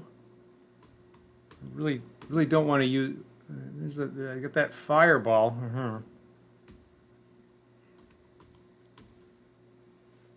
There's burning hands. I don't think I want to use any of that stuff. Oh, I'm almost out of darts too. Holy smoke.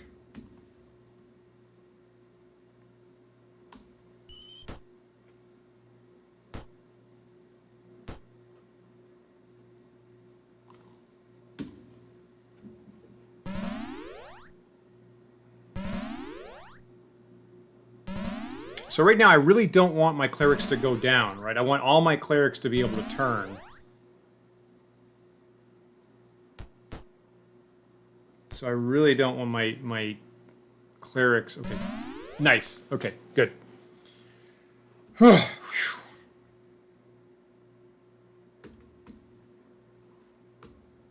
Criminy. Now, is he out of oil? He's out of oil.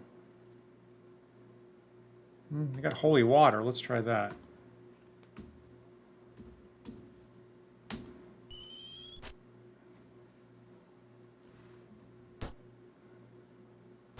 Ah, yep. Good point.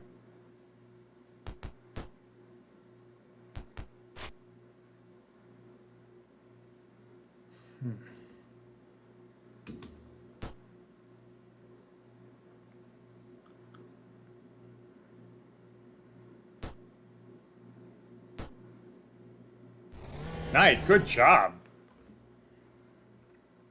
So here I go again. I think I gotta go switch back to the I only have 5 magic arrows left, but I think I gotta use them.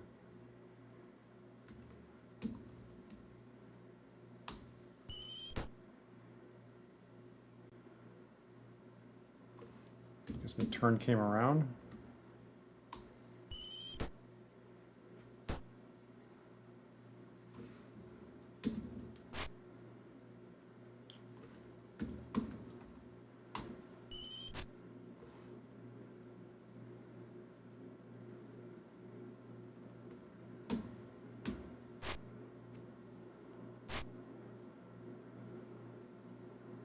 Okay, I'm going to switch to, well, okay. Is that in range? It is not. So I'm going to switch to the hammer.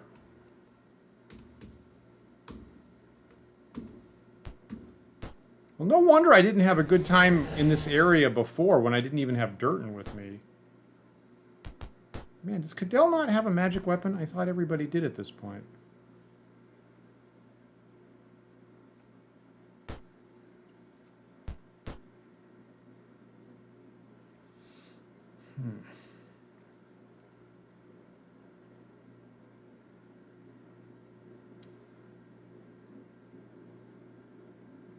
Wow.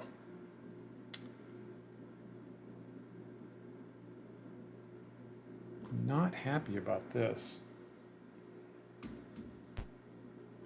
So I'm gonna hold off. I'm gonna guard just for now. I think I'm gonna be out of arrows right now. I'm gonna be out of magic arrows with this shot, right? Good timing.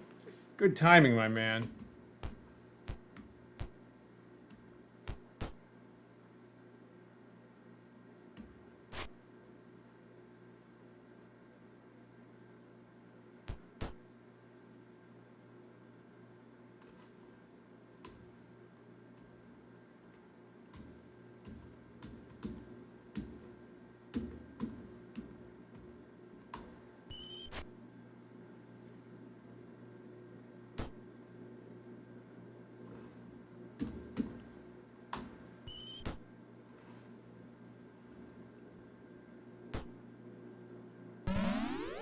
Ah, crap.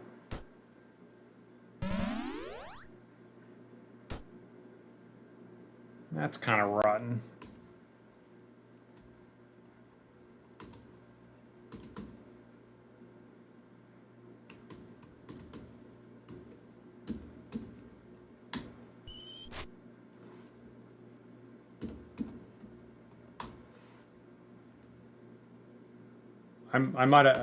Okay, now she's out of darts. Jiminy Christmas.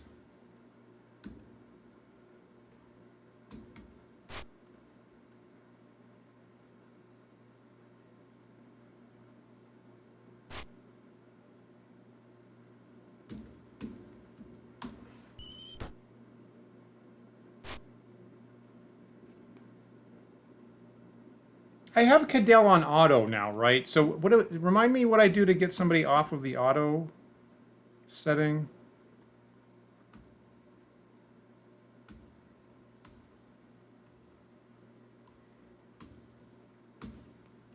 I just have to wait for it to come around to their turn and mash the buttons, I guess. Spacebar, thanks.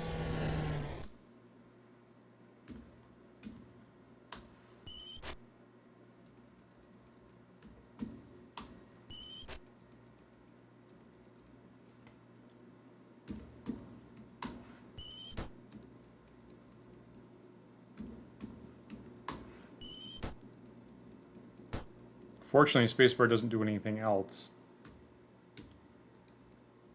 Okay, great, Cadell. Okay.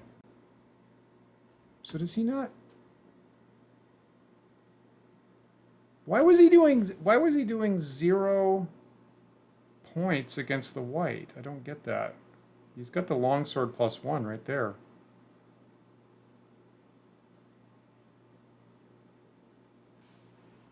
Why would that be happening?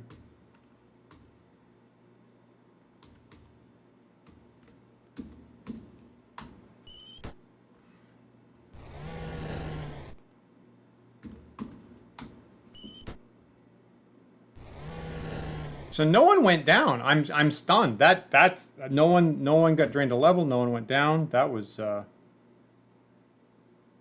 again super dicey. Crikey. Ugh.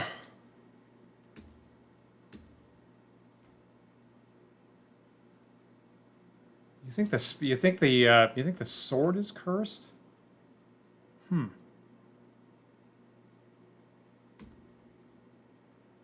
Well, that's an interesting idea. So this is unbelievable. I'm just trying to get out of this area. If I could just make like 5 moves, I'd get out, but I'm out of ammunition. I'm gonna use every single healing spell I have. Okay, so Durton's down by 6, so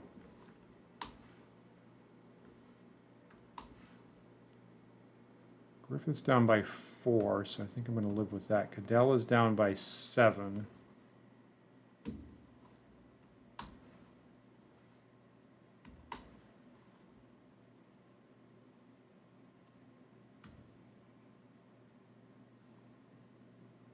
Okay, so Cadell's just down by 1, and Harton is down by 1. So I'm gonna live with this.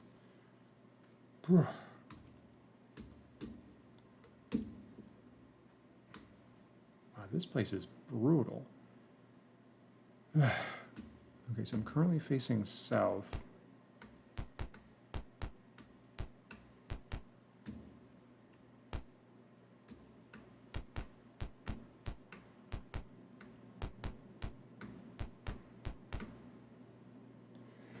Oh, good gravy. Holy smoke. That is nasty. Nasty. Got it. Okay. Thanks to Sparrow. Yeah, that makes sense. If he was right, because I had him accidentally on auto, he was picking the wrong weapon. I mean, even though when I went to see him, he had the long sword, the magic sword readied. because I didn't get a chance to switch that. He still had that ready when I went to go look at him. Anyway, I'm gonna put that in the can. So there you go. So normally I wrap up around 1 a.m. New York time here. So I've kind of gone over time here tonight to get my get my ass out of that fire. I mean, I assume I mean, don't tell me if I'm wrong, but I'm not seeing any way to like short circuit this. Like some of the other blocks, there were, you know, code words to get around the encounters, or I was sneaking around Portal Plaza, but I'm not seeing how to do that. So. I don't know. Maybe the way that I'm exploring is giving me trouble or something like that. That is a nasty block. So I don't know. So I'm gonna wrap up here for a night. Maybe next time, I don't know. Next time should I go hack at it some more, or should I take on the Temple of Bane next time? Maybe I've got enough firepower to take Mace out now. Or maybe I should go to Valhingham Graveyard, maybe, and take on the even larger horde of undead led by a vampire or a demon. Probably not that. That is a hideous section. So probably next time we can try the Temple of Bane again. Okay, great. Okay, I think that's good advice, Lord Sudo. Thank you. I think that's what it'll queue up for. So yeah, so we're doing Elder Times here Monday nights, and we'll be back with Wandering Games Talk Show on Sunday. Going to be talking with map maker Alyssa Fadden, and she's done a lot of stuff with the Necromancer Games people. And what I was just cycling with her today, and she said, I'm just wrapping up the map for the new Greyhawk adventure. So I was like, that's cool. I didn't know that was happening, so I'm gonna bend Alyssa's ear about her working on Greyhawk projects and stuff like that. So that'll be next Sunday, and look forward if you can get a chance to join us 1 p.m. Eastern Time Sunday to find out about that project. And then I'll be back next Monday night. So stay cool until then, and hope you have a good week coming up. And I'll see you later on the channel.